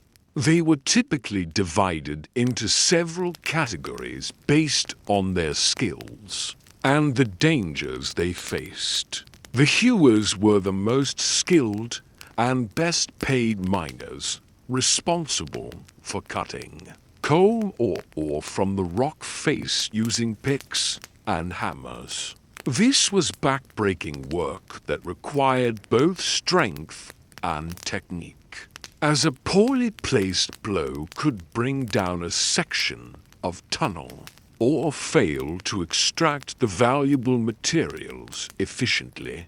The hewers worked in spaces so cramped that they often had to lie on their sides or work in crouched positions for hours at a time, their muscles screaming in protest as they chipped away at the unforgiving stone. Behind the hewers came the haulers, usually younger men or boys, who were responsible for loading the extracted materials into baskets or crude carts and transporting them to the surface. This work was less skilled, but no less dangerous, as the haulers had to navigate narrow, poorly lit tunnels while carrying heavy loads.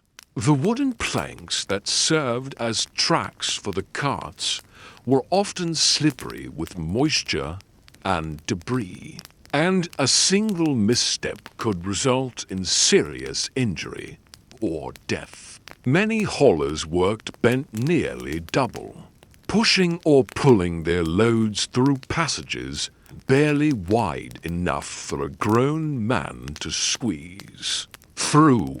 At the very bottom of the mining hierarchy were the trappers, often children as young as 8 or 9 years old, who were responsible for operating the wooden doors that controlled airflow through the mine tunnels. These children spent their entire working day, sometimes 12 hours or more, sitting alone in complete darkness, opening and closing doors as miners and carts passed through. The isolation was profound and psychologically damaging, and many Trappers developed serious mental health issues from spending so much time alone. In the suffocating darkness underground, the working conditions in medieval mines were horrifying by any standard. The tunnels were narrow, poorly ventilated, and constantly threatened by structural collapse. Wooden support beams, often made from whatever timber was cheapest and most readily available, groaned ominously under the weight of the earth above. The sound of creaking wood was a constant accompaniment to the miner's work, a reminder that death could come at any moment in the form of a sudden cave-in. Many miners developed an almost supernatural ability to read these sounds, knowing when a particular area was becoming unstable and needed to be evacuated immediately. Ventilation was perhaps the most critical and least addressed problem in medieval mining operations. The deeper the mines went, the more difficult it became to maintain adequate airflow.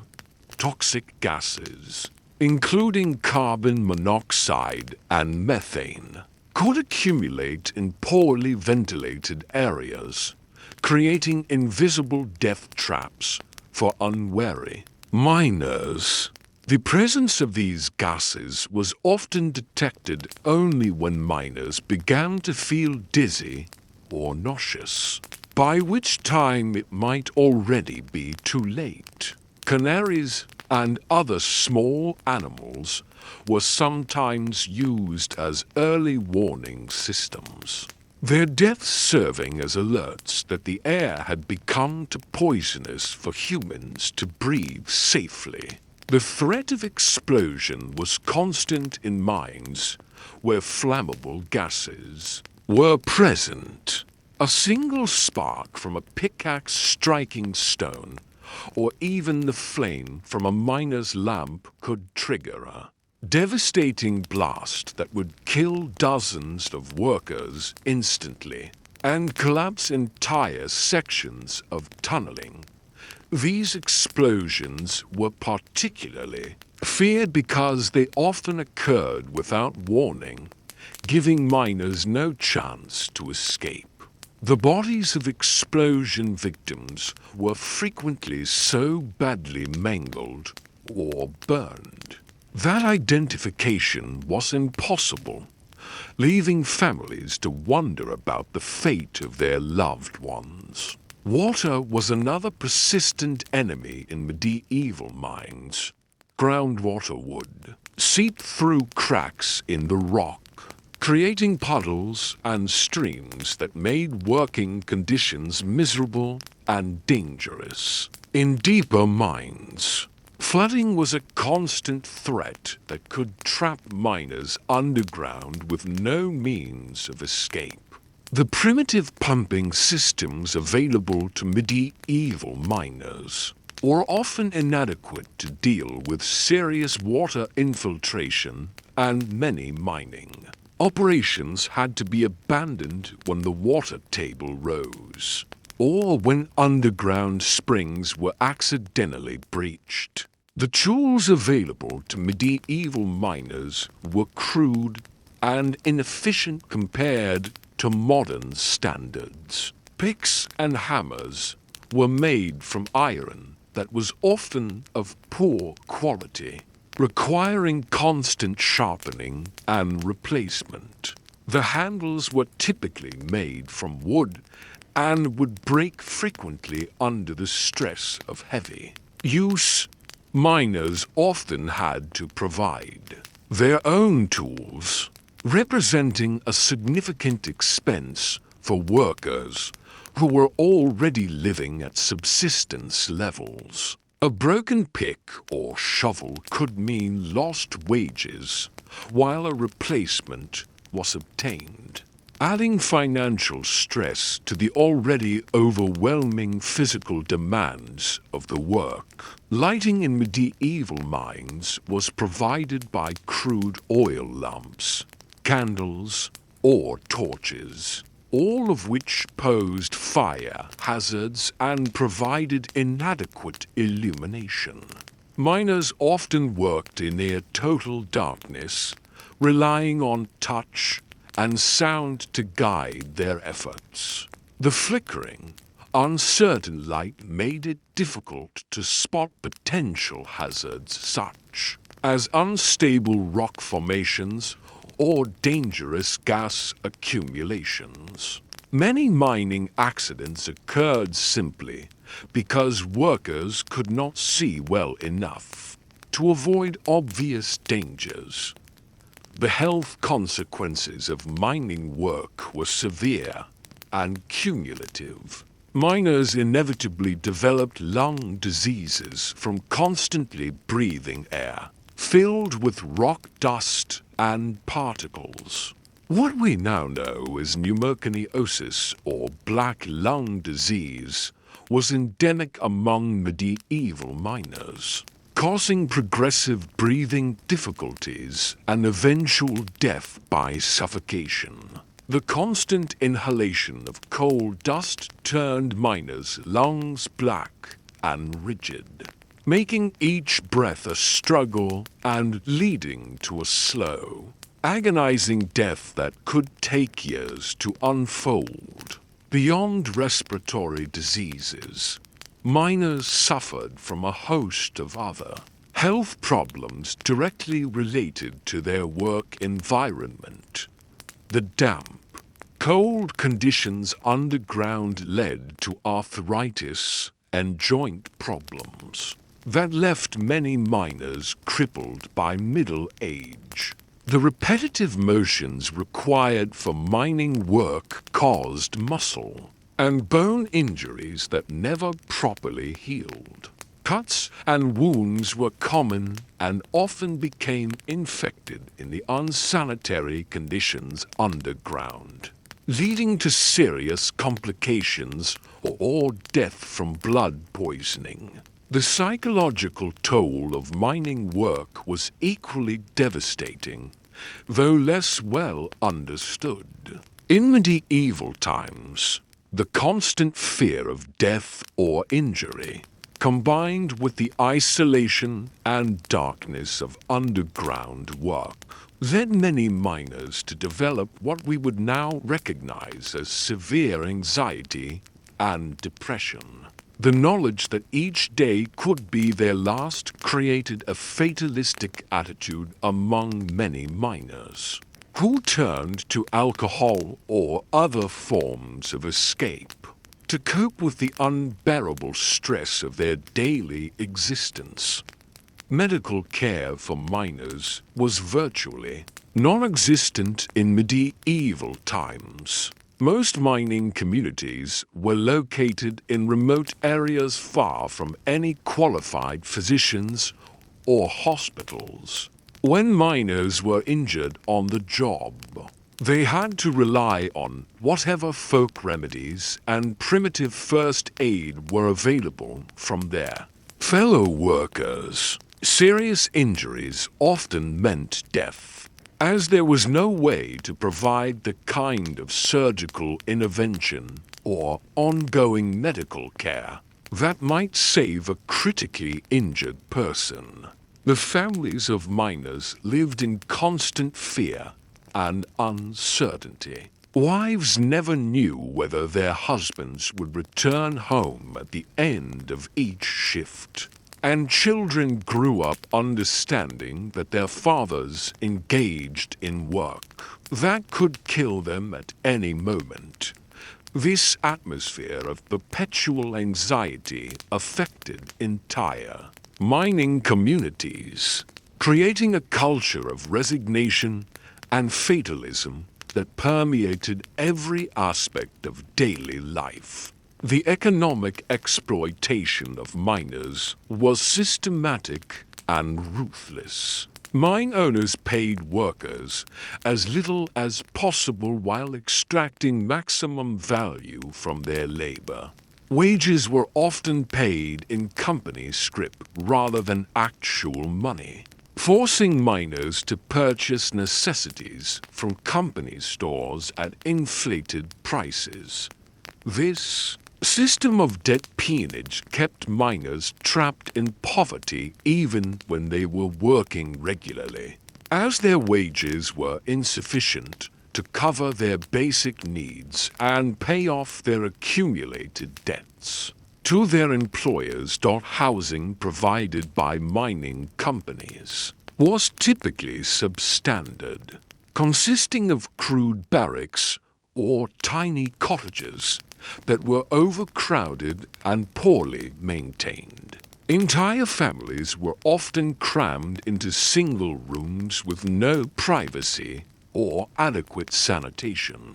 The company-owned housing was deliberately kept in poor condition as a means of controlling the workforce, since miners who complained about working conditions or wages could be evicted immediately, leaving them and their families homeless. The diet of mining families was severely restricted by their poverty and the remote locations of most mining operations. They subsisted mainly on bread, porridge, and whatever vegetables they could grow in small garden plots. Meat was a rare luxury, and many miners suffered from malnutrition that made them more susceptible to disease and injury. The combination of poor nutrition and hazardous working conditions created a vicious cycle of declining health that affected entire generations of mining families. Education was virtually non-existent for the children of miners. Most mining communities had no schools, and even where basic education was available, children were often required to work in the mines from a very young age to help support their families. This lack of education meant that mining families were trapped in their circumstances, with no opportunity to escape to better lives. Generations of families would work in the same mines, passing down the dangers and hardships of mining life as an inevitable inheritance. The social isolation of mining communities was profound and damaging. These settlements were often located far from established towns and villages, creating insular communities with little contact with the outside world. This isolation made it difficult for miners to organize for better working conditions or to seek alternative employment. It also meant that mining communities developed their own distinct cultures that were shaped by the constant presence of danger and death. Religious life in mining communities was often dominated by fatalistic beliefs that accepted suffering and early death as God's will. Churches and clergy in mining areas preached resignation and acceptance, rather than encouraging miners to demand better treatment from their employers. This religious fatalism served the interests of mine owners by discouraging worker organization and resistance, while providing miners with a framework for coping with their desperate circumstances. The environmental destruction caused by medieval mining operations was extensive and long-lasting. Forests were clear-cut to provide timber for mine supports and fuel for smelting operations, leaving barren landscapes that took decades to recover. Mining waste polluted streams and rivers, killing fish and making water sources unusable for human consumption or agriculture. The air around mining operations was filled with smoke and particulate that made the surrounding areas unfit for other forms of economic activity. Women in mining communities faced particular hardships and dangers. While they typically did not work underground, they were often employed in surface operations such as sorting or washing coal, or operating primitive machinery. These jobs exposed them to many of the same health hazards as the underground workers, including respiratory diseases from dust exposure and injuries from dangerous equipment. Additionally, women bore the primary responsibility for maintaining households and raising children under incredibly difficult circumstances, often while dealing with the stress of having husbands and sons working in life-threatening conditions. The legal system provided little protection for miners who were injured or killed on the job.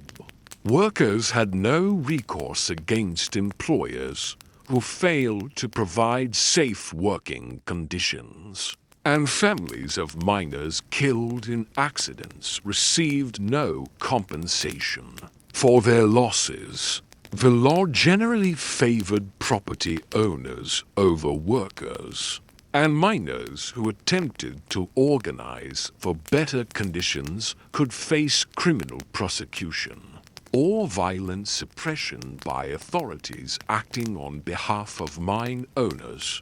Child labor was endemic in medieval mining operations, with children as young as 6 or 7 years old being put to work in various capacities. Besides serving as trappers, children were used to sort ore, carry tools, and perform other tasks that took advantage of their small size and low wage requirements. The physical and psychological damage inflicted on these child workers was severe and permanent, stunting their growth and development while exposing them to all the hazards of the mining environment. The technology available to medieval miners was primitive and dangerous. Wooden machinery was prone to failure, often with catastrophic results for workers who were operating or standing near it when it broke. The lack of safety features meant that workers were constantly exposed to moving parts, heavy loads, and unstable structures that could cause serious injury or death with little warning. Improvements in mining technology were slow to develop and even slower to be implemented, as mine owners were reluctant to invest in expensive equipment when cheap labor was readily available. Despite all these hardships, mining communities developed strong bonds of mutual support and solidarity. Miners looked out for one another underground, sharing knowledge about dangerous conditions and helping injured co-workers reach safety. Families in mining communities often shared resources and supported one another through times of particular hardship, creating networks of mutual aid that helped people survive in circumstances that would otherwise have been impossible to endure. The cultural legacy of medieval mining communities was complex and enduring. These communities developed their own folk traditions, songs, and stories that reflected the unique challenges and experiences of mining life. Many of these cultural elements survived long after the original mining operations had closed, influencing regional cultures and identities for generations. The solidarity and mutual support that characterized mining communities also contributed to the later development of labor movements and workers' rights organizations. As we consider the lives of medieval miners like Edmund, we must remember that these were not abstract historical figures, but real people who faced unimaginable hardships. With courage and determination, their suffering was not inevitable or natural, but was the result of economic and social systems that prioritized profit over human welfare. The stories of these miners and their families remind us of the importance of protecting workers' rights and ensuring that economic progress does not come at the expense of human dignity and safety. The legacy of medieval mining extends far beyond the extraction of coal and precious metals. It shaped entire regions, influenced the development of technology and industry, and created cultural traditions that persist to this day. But perhaps most importantly, it provides us with sobering lessons about the costs of unchecked economic exploitation and the resilience of human communities in the face of overwhelming adversity. As we drift off to sleep in our comfortable modern world, we might spare a thought for miners like Edmund, whose labors in the darkness helped build the foundations of our industrial civilization, and whose struggles remind us of how far we have come. In protecting the dignity and welfare of working people, the medieval mining industry was a world unto itself, one defined by unimaginable hardship, constant danger, and the relentless pursuit of precious metals and minerals that fueled the medieval economy. To understand the true brutality of a miner's existence, we must venture into their dark subterranean realm, where death lurked around every corner and survival was never guaranteed. Picture, if you will, a typical mining operation in 14th century England. The entrance to the mine yawns before you like the mouth of some primordial beast, its depth shrouded in perpetual darkness. The air that emerges carries with it the acrid smell of sulfur, the dampness of underground rivers, and something that makes your stomach turn. It is the smell of fear, of sweat, of men who know they may never see daylight again. The miners themselves were a hardy breed, weathered by years of backbreaking labor in conditions that would horrify modern workers. Their faces, permanently stained with coal dust and grime, bore the marks of countless injuries.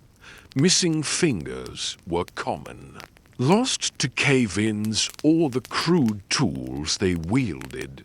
Their lungs, blackened by years of breathing in toxic particles, wheezed with every breath. Many developed what they called the black spitter telltale sign of the lung disease that would eventually claim their lives. The working conditions inside these medieval mines defied comprehension. Tunnels barely wide enough for a man to crawl through, snaked deep into the earth, following veins of ore, wherever they might lead.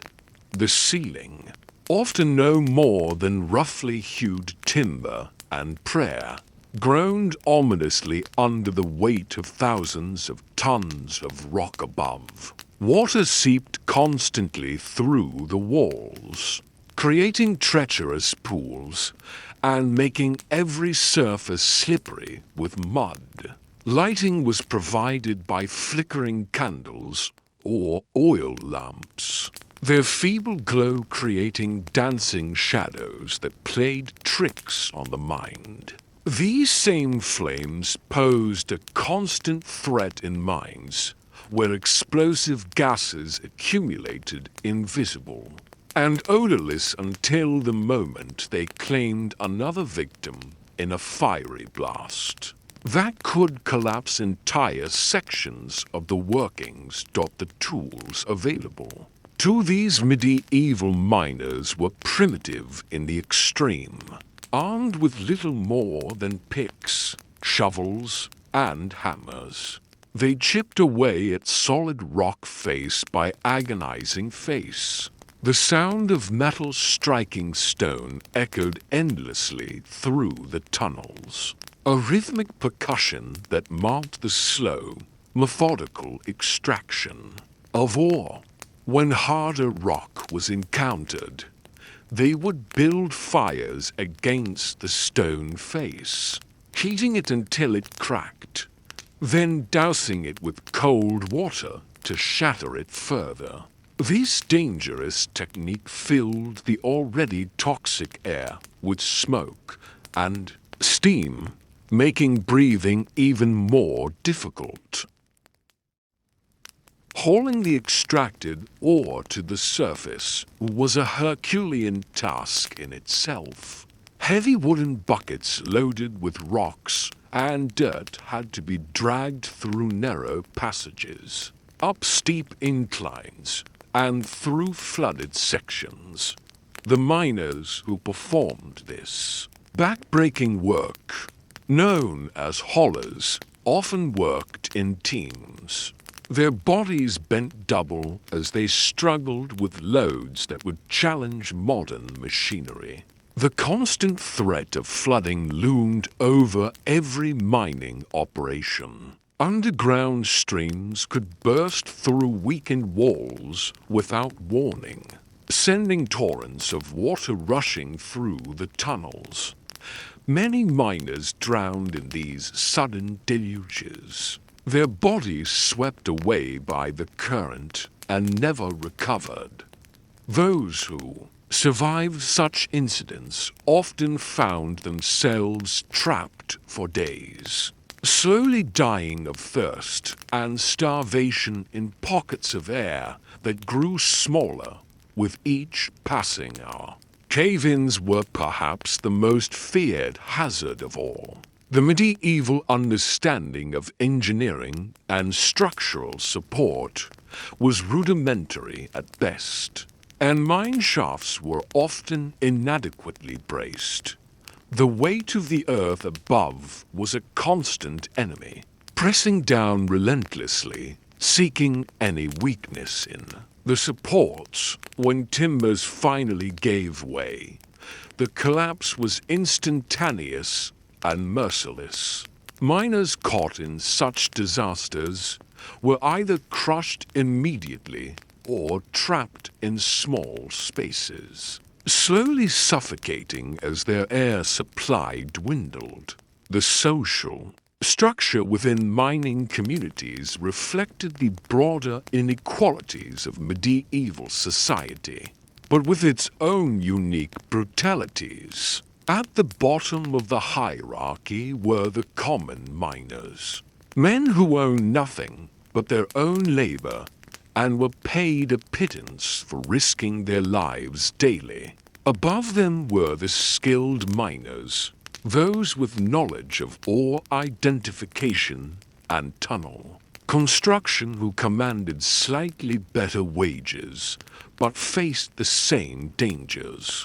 Overseeing the operations were the mine foremen, often former miners themselves who had survived long enough to gain experience and the trust of the mine owners. These men walked a dangerous line, pressured by their superiors to increase production while responsible for the safety of the men under their command. The mine owners themselves rarely, if ever, set foot underground, content to count their profits while others paid the ultimate price for their wealth. The families of miners lived in a state of constant anxiety, never knowing if their husband, father, or son would return home at the end of each day. Women in mining communities bore the additional burden of maintaining households on meager wages, while constantly preparing for the possibility of widowhood. Children grew up knowing that their fathers worked in a place where death was an everyday occurrence, and many were destined to follow in their footsteps, perpetuating the cycle of danger and hardship. The health consequences of mining work extended far beyond immediate injuries and deaths. The constant inhalation of dust and toxic fumes led to a variety of respiratory ailments that shortened lives and made every breath a struggle. Miners developed distinctive coughs that racked their bodies and left them spitting blood. Their joints, stressed by years of working in cramped conditions and hauling heavy loads, became arthritic and painful. Many walked with permanent stoops from years of working in low tunnels. The psychological toll was equally devastating. The constant darkness, the ever-present danger, and the claustrophobic conditions took their toll on the human spirit. Many miners developed what we might now recognize as symptoms of anxiety and depression.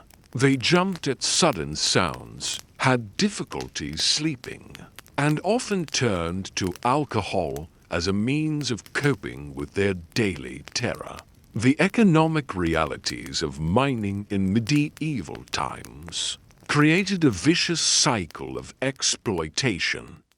Miners were typically paid by the amount of ore they extracted, creating pressure to work longer hours and take greater risks. Safety measures, such as they were, cost time and money that reduced productivity. Mine owners had little incentive to invest in better equipment or safer practices. When miners were easily replaceable and had no legal recourse for injuries or deaths, the seasonal nature of some mining operations added another layer of hardship. Surface mining and quarrying could only be done when weather permitted, leaving miners without income during harsh winter months. Underground mining continued year-round, but access roads might become impossible, cutting off supplies and making rescue impossible in case of emergency. The environmental impact of medieval mining was severe and long-lasting. Entire hillsides were carved away in the search for ore, leaving barren landscapes that would take generations to recover. Streams and rivers were polluted with runoff from mining operations, killing fish and contaminating water supplies for miles downstream. The smoke from smelting operations filled the air with toxic fumes that poisoned both workers and nearby residents. Religious beliefs provided some comfort to miners, but also added to their burdens. The church taught that their suffering in this life would be rewarded in the next. encouraging acceptance of dangerous conditions rather than efforts to improve them. At the same time, miners were expected to contribute to the church despite their meager incomes. And time spent in religious observance was time not spent earning wages. The technology available to medieval miners was laughably inadequate for the tasks they faced.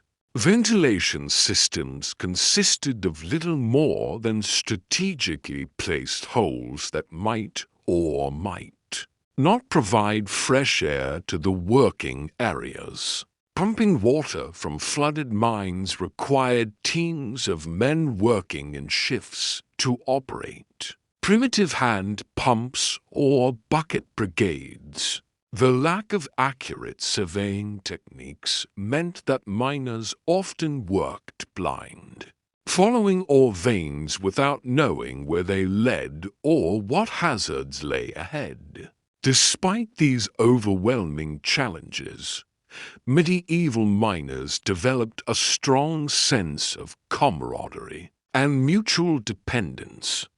They knew that their survival often depended on their fellow workers, and bonds forged in the depths of the earth were stronger than those formed in the light of day. They developed their own customs, traditions, and even superstitions that helped them cope with the uncertainties of their profession. The legacy of medieval mining practices extended far beyond the Middle Ages, establishing patterns of exploitation and environmental destruction that would persist for centuries. The willingness of society to sacrifice the health and lives of workers for economic gain became deeply ingrained in industrial practices. The communities that grew up around mining operations often became trapped in cycles of poverty and dependence that lasted for generations. As we reflect on the harsh realities faced by medieval miners, we gain a deeper appreciation for the tremendous human cost of the metals and minerals that underpin medieval civilization. Every piece of silver, every tool forged from iron, every building constructed with stone represented the sweat, blood, and often the lives of men who labored in darkness, so that others might prosper in the light. Their story is one of human endurance in the face of unimaginable adversity. A testament to the strength of the human spirit even under the most brutal conditions. The medieval mining industry stands as a stark reminder of humanity's capacity for both remarkable achievement and callous indifference to human suffering. In understanding their struggles, we honor the memory of those who paid the ultimate price for the foundations of our modern world. The perilous descent, mining's most dangerous frontier in the depths. Beneath the medieval estates where the wealthy lords collected their rents and the peasants worked their fields lay an even darker world one that claimed more lives per day than battlefield combat.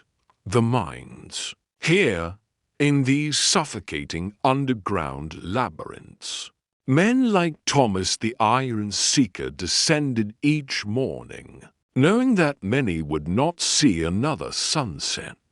Thomas had been working the iron mines of Yorkshire for 7 years, longer than most men lasted in this profession. His face bore the telltale signs of his trade, blackened creases around his eyes from the constant dust, a persistent cough that rattled his chest, and scars across his hands from countless encounters with sharp stone and jagged metal. At 28, he was considered an elder among the miners, though by any other measure he was still a young man. The descent into the mine began before dawn, when the air above ground still held the crisp promise of morning dew. Thomas would gather with his fellow miners at the mouth of the shaft, a gaping wound in the earth that seemed to exhale the very breath of hell itself. The wooden ladder that led down into the darkness was slick with moisture and worn smooth by thousands of desperate hands, seeking purchase in the dim light of flickering torches. As Thomas began his descent, the familiar weight of dread settled in his stomach. The ladder groaned under the collective weight of the men climbing down its rungs, sometimes giving way without warning, sending miners plummeting into the abyss below. Those who survived such falls were often maimed beyond repair, their broken bodies hauled to the surface only to face a slow death from internal injuries that no medieval healer could mend. The air grew thicker as they descended, heavy with moisture and the acrid smell of burning coal and human sweat. By the time Thomas reached the bottom, some 100 feet below ground, the torch flames barely flickered in the oxygen-starved atmosphere. The mine extended in multiple directions from this central shaft, a maze of tunnels carved out by generations of desperate men, following veins of precious metal through solid rock.